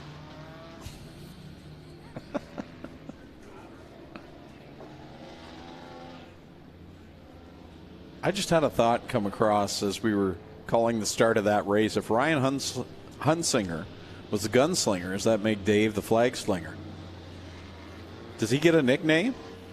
Yeah, if he's the gunslinger, then Dave's the fun slinger. There you go. Wow. The fun slinger. I like both of those names, but mostly because I can twist them around. Here we go. Here's the telestrator. Yeah, I'm not sure. I'm not convinced that there was help. Cannot confirm or deny. But there was a big yellow circle on the screen. There was a yellow circle. A perfect circle, too. I mean, maybe that's he tripped up on that. That's not freehand. I want to see John Madden type telestration. Draw me a turducken. For a guy who complains he's too busy, he's got time to draw pictures now? Yeah, right? It must have grown it was a an circle. extra appendage. It was just a circle. Oh, man. Oh, wow. I said he grew, but not used one. I'm just exit. Where's the exit ramp? Oh, I say one thing and everybody's all off color now. Omaha. We haven't used that in a long time. Omaha. Well, you can say what you like. I just didn't know where to take it, Clint. Sometimes it's not up to you, Greg. Oh. Tim Newell on the inside, the yellow 26. Mike Giberson on the outside in the white number 11. They're going to bring the field back to green. Could you tell us after 10? Right. And they're going to do that next lap. Why are we going white and not green? Look at that. They're all lined up and ready. Come on, Fun Slinger. That's great. He needs a T-shirt now. The Fun Slinger. The Fun Slinger is going to be slinging T-shirts from the start-finish stand, from the flag stand. Let's get him a cannon. It's not another appendage. How he throws the shirts is up to him.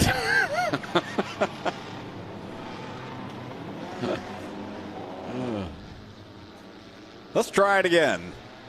Newell and Giberson bring us to the green flag. 15 laps.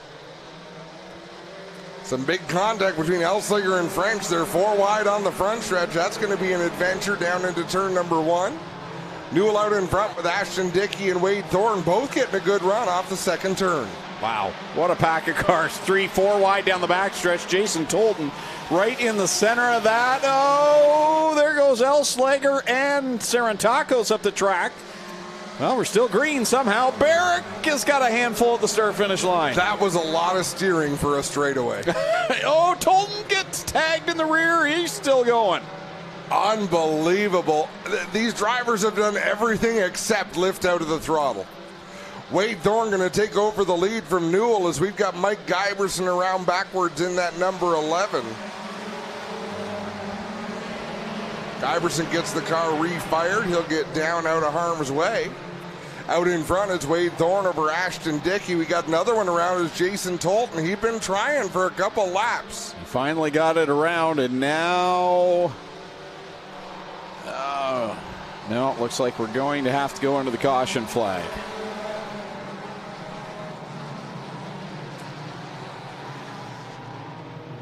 So the Vacu Trucks number 1 comes to a stop down to the bottom of corner 2.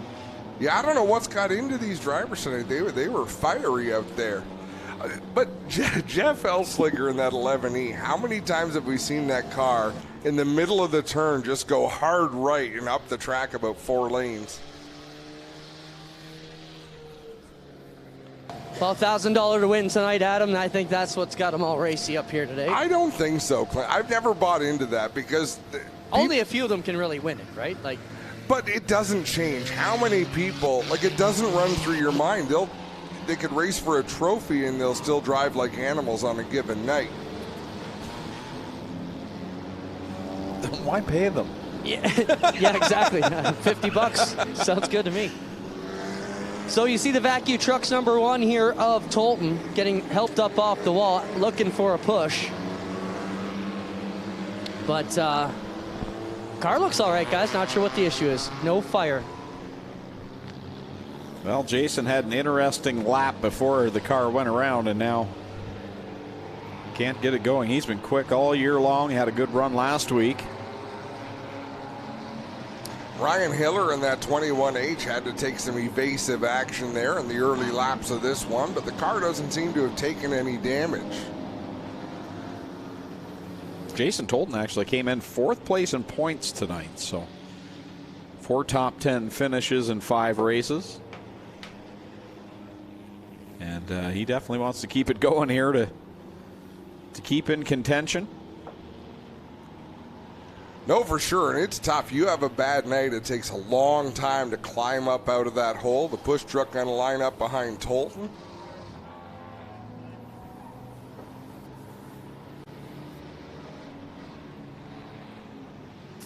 No, that car should have fired by now.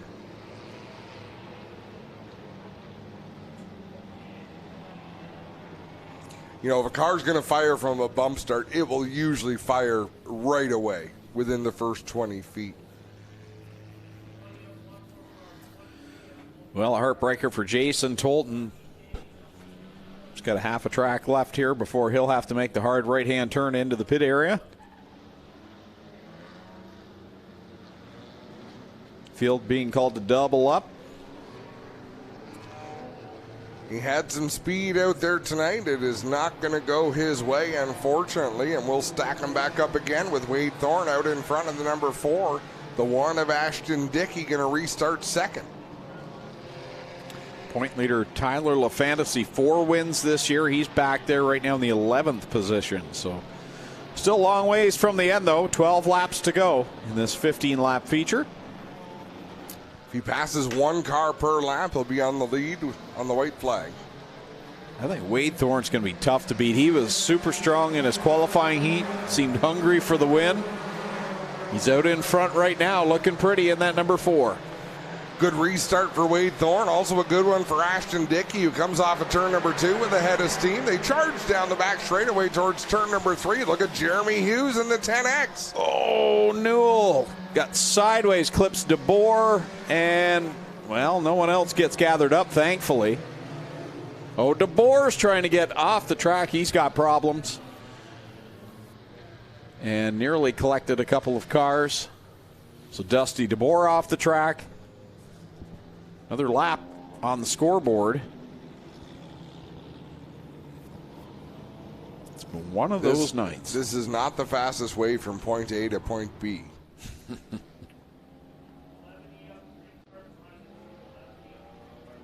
Let's have a look at this one. Little contact there, as you can see the left rear bumper cover on Jeremy Hughes' machine caught up as he was going by. It wasn't really contact, it was more kind of they locked up there, and Newell got out of shape.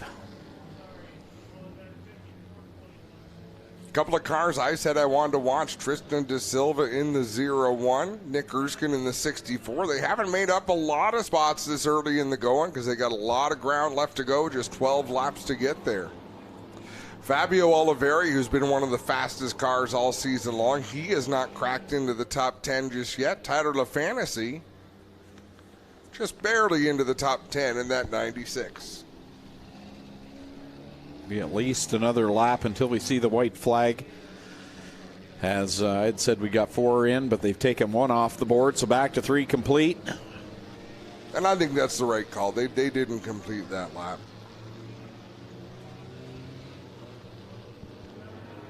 Don't forget, next Friday night is Wall of Fame night and fan appreciation. So we'll have a chance for fans to meet the drivers down trackside. We'll honor our new Wall of Famers. Yeah, another great crop. Bob Monroe, Corinne Jenny, Doug Erskine, and Brad Bacher. Very well deserving. You know, it doesn't feel like Ohsweken Speedway has been around that long, but 25 years is a good history for a racetrack. It's a good run. And a lot of drivers, a lot of individuals have really made their mark on the facility. Here we go. See the great drone shot right up alongside. It's like the 3rd row on the outside of the restart here. Dickey on the outside of Wade Thorne. Here we're back at it.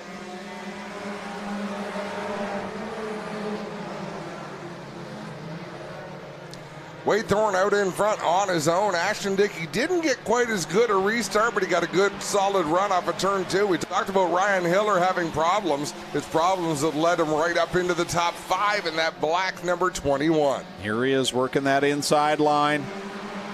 Following Dickey, May, and leader Wade Thorne. He's bringing Tyler LaFantasy with him. Those 2 cars painted similarly with the bright yellowish color and the black car. They've tanned them up here, and they're inside the top 5 now. Wade Thorne still hanging on to that top spot. Jeremy Hughes right behind him in the 10X. A different ride for Jeremy Hughes this week than he normally runs out there. I think he's got to be satisfied with how that's working. Hiller in the 3rd spot, LaFantasy right behind him, and then it is everyone else. Oh, Dickey! Nice save. Nice job. Oh! And then Barrick gets a body check from Jeremy May. Jeremy May with the karate chop on Barrick through the turn. Nick Erskine in the 64 got a little bit squirrely there in 1 and 2. John Lubeck gonna head pit side. 7 laps complete, this time by 8 to go. Wade Thorne out in front all the way right now. Jeremy Hughes, Ryan Hiller, Tyler LaFantasy make up the top 4. Then it's Matt Newell holding down 5th. Chris French 6th, and he's side by side with Sarantakos. It's almost similar to the Thunderstock feature where our dominant driver, this year Tyler LaFantasy, gets up to 4th and then kind of stalls out just a little bit. Of course, as I say that, he picks up the 3rd spot from Jeremy Hughes. Just past the halfway point, 8 laps in, 7 to go. Hiller is right there on the back bumper of Wade Thorne. LaFantasy in tow. See if LaFantasy follows him. It's been those two nose to tail, and they followed one another. LaFantasy goes to the outside, though. Oh, it's going to get skinny up there. LaFantasy rolled out of the throttle, allowed Ryan Hiller the room to slide up in front of him, sets him up down on 1 and 2 to drive to the inside and battle for the 2nd spot. Yeah, he says it's been fun riding along with you, but it's go time. Money is on the line, and here comes LaFantasy down to the inside of Hiller. Out in front is Thorne, and I think the drone right now is in 4th. 5 laps to go. Abby keeping us right on top of the action. LaFantasy down on the bottom of the racetrack. Wade Thorne up on the high side, and it looked like the car went a little bit flat there in the turn. He was not making the speed we've seen him make every other lap. That allowed LaFantasy to get on by and take the lead. Championship run here tonight for Tyler LaFantasy, back out in front with 4 laps left to settle it. Hiller and Thorne door to door. Hughes and Newell now has closed the gap on the top 4. Mike Sarantakos has had a good drive towards the top 5. Yeah, he's been solid tonight, running up near the front the entire time. The battle continues for 2nd spot. Hiller on the inside of Wade Thorne out in front. Tyler LaFantasy pulling away as we've got 3 laps to go. 3 more trips around. LaFantasy and Hiller. Thorne now back to 3rd. Newell is the one getting by some drivers now as he slips by Hughes and now looks to the inside of the 4 of Wade Thorne. 2 laps left to go for Tyler LaFantasy, looking for win number 5 on the year. Unbelievable to think in a division with so many fast cars that Tyler LaFantasy can have a full handful of victories already, not even halfway through the month of July. But the white flag's going to fly this time off of turn number 4, and Tyler LaFantasy has no challengers. 1 more trip around. 6th feature of the year. He's on his way to cashing in on win number 5 already. He's down the back stretch. 1 lap car between he and Ryan Hiller. LaFantasy down towards turn number 3. He'll drive it in for the final time. He's still building a padded lead out there. Off of turn number 4, the double checkers in the air. LaFantasy $1,000 richer. Hiller finishes 2nd, Newell 3rd, and then it's Thorne and Sarantakos rounding out the top 5. Another good drive for Tyler LaFantasy. Works through the field and picks up win number 5, started 19th. And he'll be number 1 down in Quick Wick Victory Lane with our Clinton Jeffrey here in just a moment. Ryan Hiller will make his way down to the 2nd spot. Tyler LaFantasy taking the extra lap around here as your winner tonight. 6 features have been run, 5 of them won by Tyler LaFantasy. And I believe we'll have the 50-50 draw in Victory Lane right now as well. Here's the pass for the lead. Thorne, Hiller. We're on the outside. We're on 1 and 2. LaFantasy says goodbye to both on the inside line, drives by, and that was it. As Lone Wolf Fireworks lights up the sky here down in Quick Wick Victory Lane. We'll send it down trackside to Clinton Jeffrey, where Tyler LaFantasy climbs out as winner again. Thanks a lot, guys. Tyler jumps out here with the Lone Wolf Fireworks in the background, and he'll pick up a biggest payday of the year so far for him, $1,000 for the win tonight as part of our 25th anniversary celebration. Each division, or one division each week, gets an increased payout. Tonight it was the mini stocks, and Tyler will be the benefactor of that. He'll come around and have a word with us.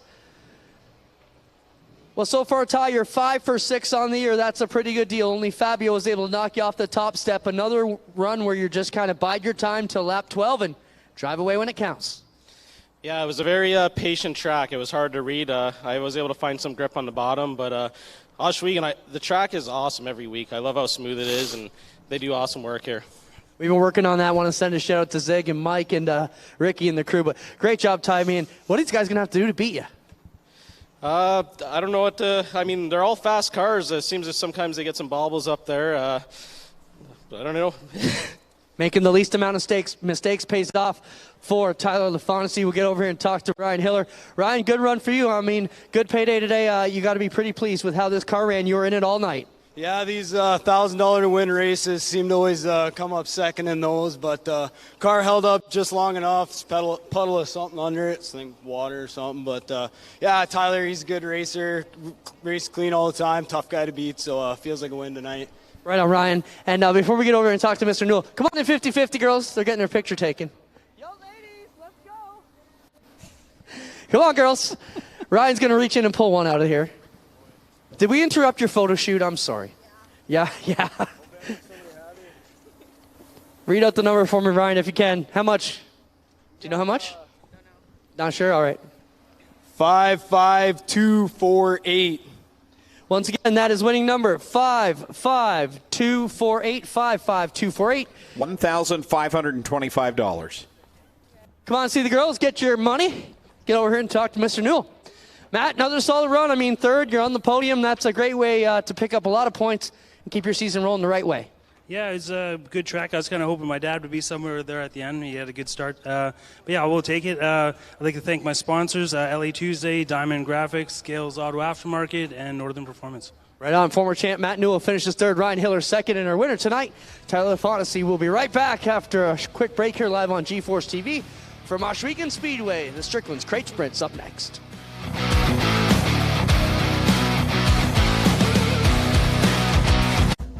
On the scene since 1949, Fast Eddie was born with a lead foot and a burning need for speed. His passion for speed and sport has been captured in this authentic collection of vintage-themed gear. Created for gearheads, riders, and racers, Fast Eddie truly encompasses the great Canadian racing culture we have from coast to coast. Drive hard, get dirty, and look good doing it. Fast Eddie Speedwear. Get geared up.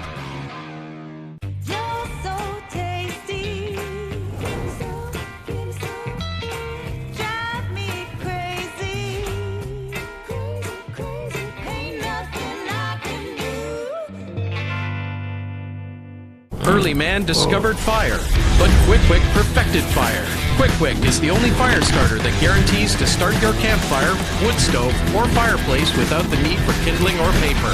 Find your nearest Quick retailer at quickwick.com.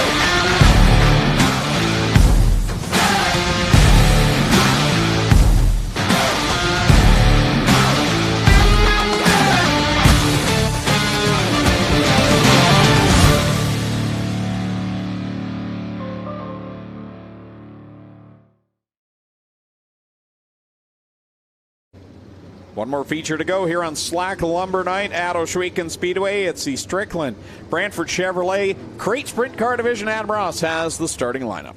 On the pole out of Kitchener in the 50 LS, it's Adrian Staley. Outside of him from Fonthill, the 08 is Stephen Beckett. Starting third from Thamesford, the 45 is Curtis Gartley. Starting fourth in the 71 from St. Catharines is Mike Bowman. Starting fifth from Brantford, last week's winner in the 49L, Lucas Smith. Starting sixth, he tied for third place last week in the BS 39. Out of Wainfleet is Brett Stratford. Starting seventh out of Thamesford, the 7 is Eric Gledhill. Starting eighth from Ohsweken, the 77E is Ashton Van Every. Starting ninth from Ohsweken, the 9C is Brian Nanicoke. Starting 10th from St. Thomas, the 4 is Jesse Costa.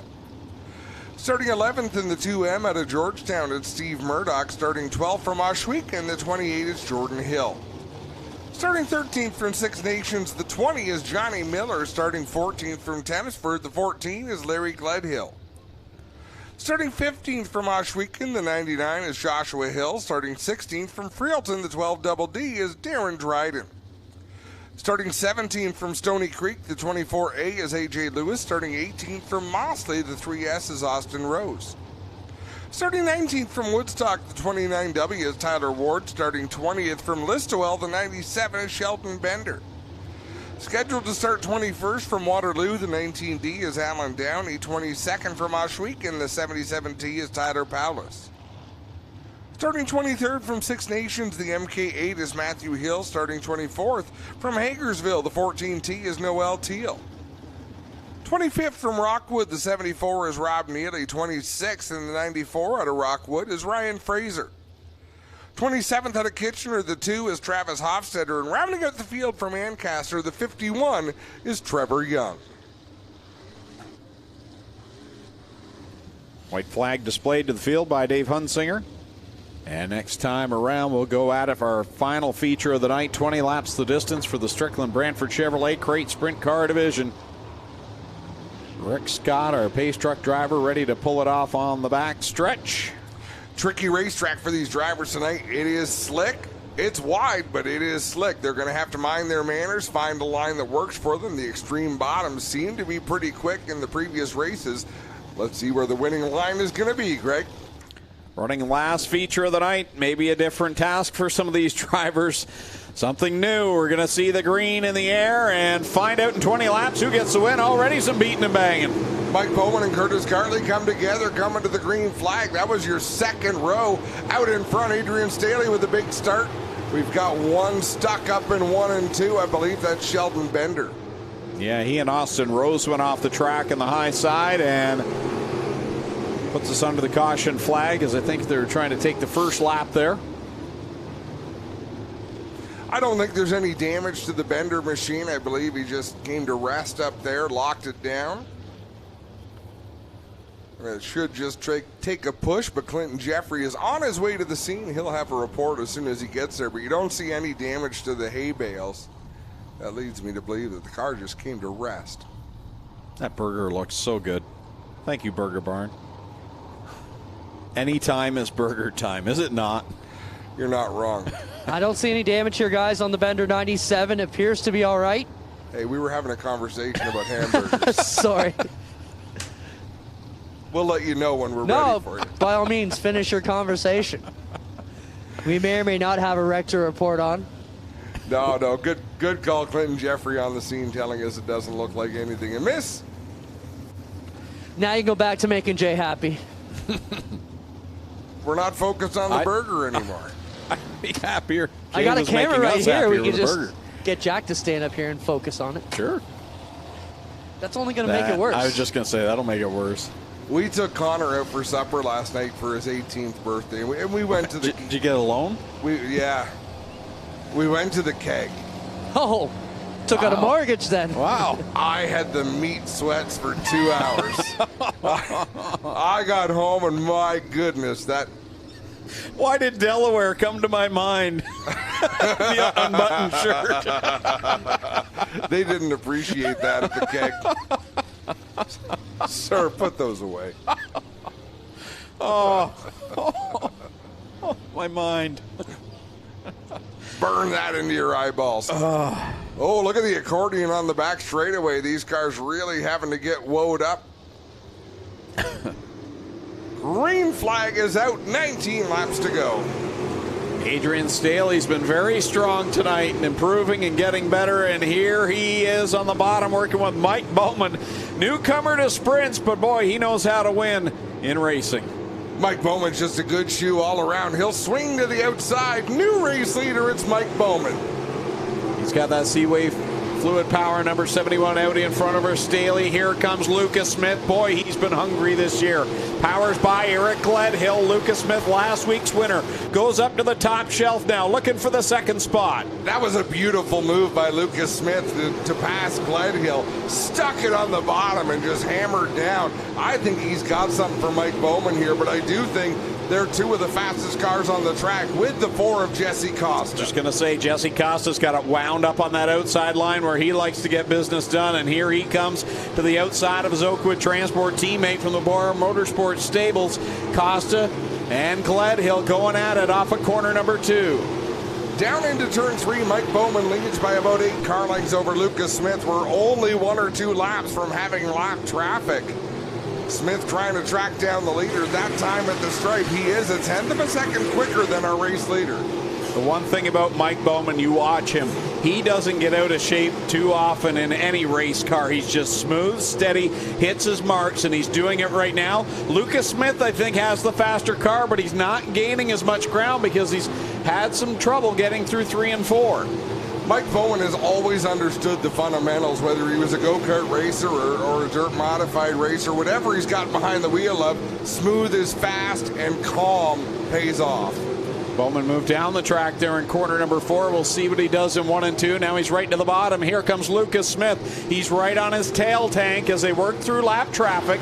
He's down to the inside of Hofstetter. He's got Fraser in front, and right now Smith is there.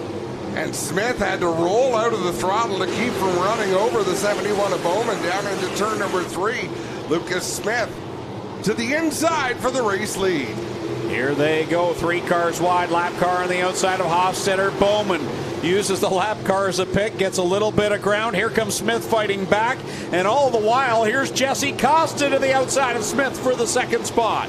Jesse Costa had been running in a line that nobody else was using. Now he's got to come down into where everyone else is. That'll slow him up just a little bit as Mike Bowman right in the middle of the Hornet's nest. And Eric Gledhill's in there as well. Don't want to forget him in car number 7. He's to the inside of Costa as well as they come across the stripe. He and Costa to dead heat. Amazing the difference 1 lap makes. Lucas Smith is driven to the inside of Bowman. Lucas Smith in the 49L is out in front. And Bowman gets pinched off on the backstretch. Here comes Lucas Smith wheeling a fast race car. Bowman now a good 10 car lengths back. It happened in a hurry. Lucas Smith closed that gap, took over the spot. Now he's got 2 lap cars between himself and Mike Bowman in the 2nd spot. This time by 8 laps left to go for Lucas Smith. As he works it off the corner around Larry Gledhill. Yellow Caution. flag. Got one parked up in turn number 1. If I had a Trellistrator, I would circle it once Spencer found it. Stephen Beckett. Stephen Beckett in the 08. Come on, Spencer. Circle him. Why don't you just sticker it?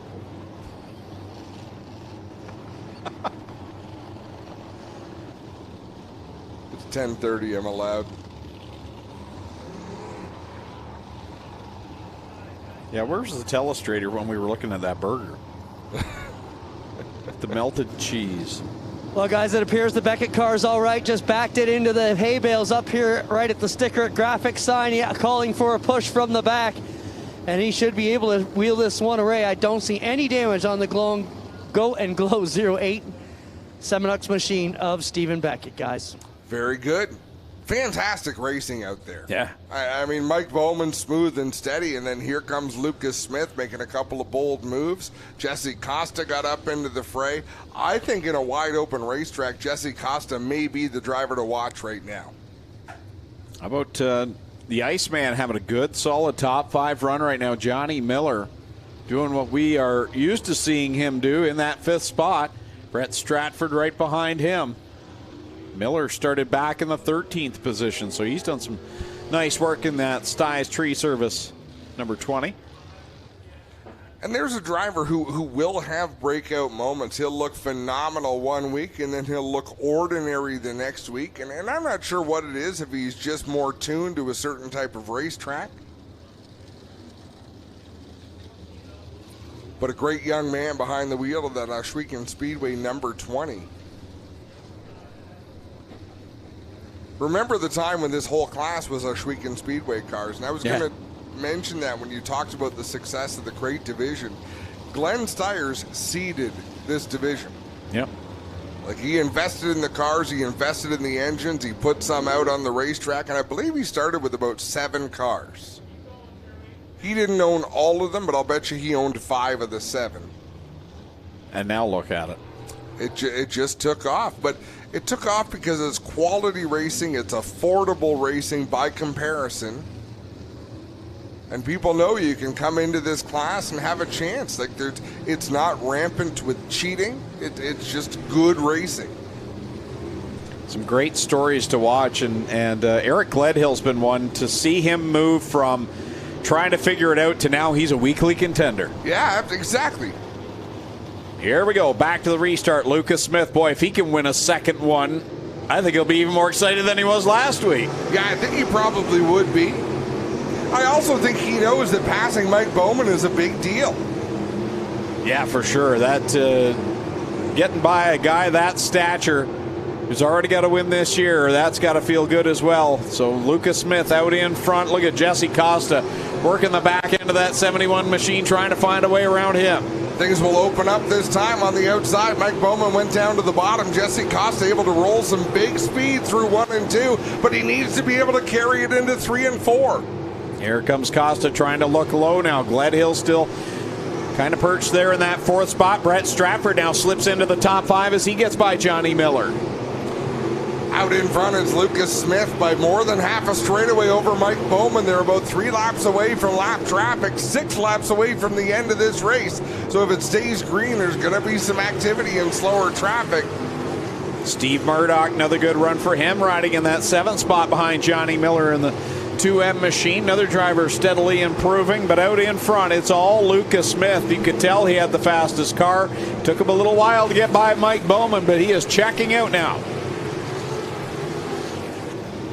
Just a gaggle of traffic ahead of Lucas Smith. He's on the same straightaway with about 8 slower cars in front of him. He's got a cushion over Mike Bowman, but that could... He went over the lip there. Sorry, Adam, but he gave up a whole lot of real estate there in 4. Yeah, remember that big gap I talked about between Lucas Smith and Mike Bowman? It is no longer there. Lap car between them is Trevor Young. Mike Bowman will gingerly try to work around him in corner number 3, and there's that big gaggle of cars you talked about, Adam, right in front of the leader with Bowman bearing down and Costa close as well as Gledhill. 3 laps to go. Lucas Smith drives right to the bottom of the racetrack. Mike Bowman circling the middle groove. Things open up for Lucas Smith. He goes to the inside of Stephen Beckett. Mike Bowman trying to do the same through 3 and 4. 2 laps left to go for Lucas Smith as he sails across the line. Bowman in 2nd, Costa 3rd, Gledhill running in 4th, Stratford still in 5th. Mike Bowman is right there within striking distance, but Lucas Smith with a good aggressive move to get around Noel Teal. Bowman going to have to go up to the high side as well. Jesse Costa right behind him. White flag is out for leader Lucas Smith. He was excited 1 week ago. This may top it as he gets it done down to the bottom side. Oh, right in front of Bowman was Bender getting a little sideways, but this will be a checkers coming out. Bowman will take one more shot. Wow, Lucas almost sailed it off the end of the racetrack. He'll take the checkered flag once again. Bowman comes home 2nd. Gledhill steps up for 3rd. Jesse Costa back to 4th. Brett Stratford rounds out the top 5. Then it's Steve Murdoch with a great 6th place run. Johnny Miller, quality 7th place run. AJ Lewis in 8th. Darren Dryden 9th. And Brian Nanicoke, again, that's a good story. Brian Nanicoke rounding out the top 10. He has really had some struggles this season. So Lucas Smith goes back to back. Picks up the win. And we'll head to our quick victory lane and talk to Clinton Jeffrey. What a great night of racing. Good battle there for the 3rd spot at the line, and Eric Gledhill lands on the podium, beating his Bar Motorsports teammate. Sure, they'll talk about that one after. Lone Wolf fireworks lighting up the sky for the final time here tonight to celebrate the win by Lucas Smith. For a guy who says he wasn't going to make it serious this year, Clint, he's looking like the most serious driver out there. Man, he practically surfed that car into victory lane. He jumped out so fast down here, guys. And an excited Lucas Smith going to climb up and salute the fans here tonight. And here we go. See if he fully commits like Adam said last week. Lucas Smith gets it done, ladies and gentlemen. Luke, they said you were excited last week, but more pumped up tonight. You just drove away from the field tonight and left them in the dust, man. Great drive. Yeah, I don't know what happened there, man. I've been waiting all year for a cushion. We finally got a fat cushion over here in 3 and 4. I loved every second of that race. I couldn't be here without all my crew guys, especially my sponsor, Jeff Burnham, National Building Group, Good Minds Books, Retail Design Group, all my crew guys, Matt, Marcus, Cody, Daniel as well. Thank you all so much for all your help. You damn near gave it away in 3. Oh, I know. I was looking over my shoulder so hard there. What do you do? You win. Congrats. Thank you. Lucas Smith gets it done. Ladies and gentlemen, we'll get over here and talk to Mike Bowman, newcomer here to the Crate Sprints, parking the modified to come out here with us on a Friday. Mike, you're getting this, man. You're quick. You're close. You know, what's the key going to be for you to start picking up wins on the reg? Lap cars that would hold their line would be a start. Not too many guys looking up at that flag stand, but that's racing. Congrats on Lucas on the win there. I know he let one get away from him there a few weeks ago when his wing broke, and we come up one spot short. It's still a good run for us, and I'm just glad to get back in the car after that wreck. Mike, you're really picking up the racecraft here in the sprint cars, and won't be long before you're getting them, knocking them down weekly.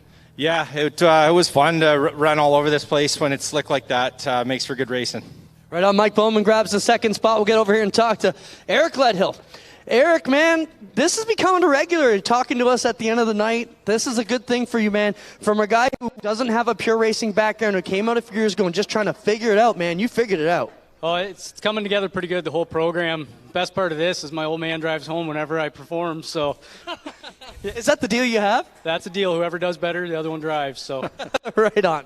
So, no, thanks to my sponsors. Thanks. Congratulations to Lucas. Nice run, and thanks to all the fans that hung around to watch us, and Glenn for this amazing facility. It's great to be here. Right on. Eric Ledhill third, Mike Bowman second. Your winner tonight, Lucas Smith. Guys, take us home. Thanks to everybody for participating in our Halloween in July festivities. It was a great night, guys. Career win number 5 here at Ohsweken for Lucas Smith. Congratulations go out to him and Adam. You've said it a number of times tonight. Great racing throughout the night. Really good racing. I mean, and we had some carnage tonight. There were some slowdowns. There was a long intermission for Halloween in July. And we're still done by 10:45. Hats off to the track crew. Hats off to the work Zigger does, that Doug Leonard does, and all of the officials that pick up the cars on the racetrack, that push them off again.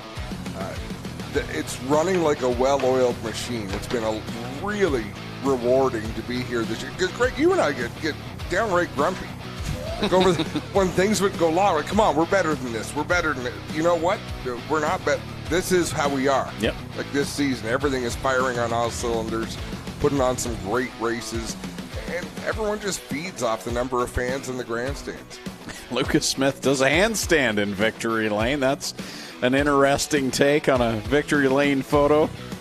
They're going to get him the checkered plate. Sorry, we got to get this in, Spencer, but don't break your neck trying to do this, Lucas. But a excited Lucas Smith handstand Victory Lane, and that takes the cake. I'm trying to think of where my muffin top would go. On that note, it'd be like an umbrella that goes inside out. It'd be horrifying.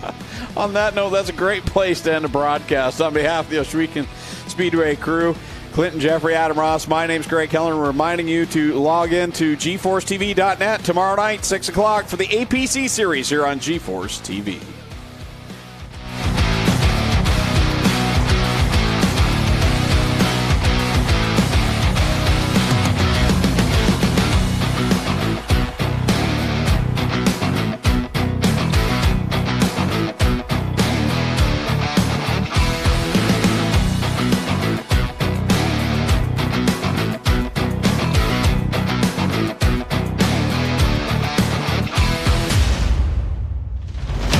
Copyrighted broadcast may not be reproduced, retransmitted, or used in any form without the authorized written consent of GeForce TV. GeForce TV would like to thank you for your support and for watching today's broadcast.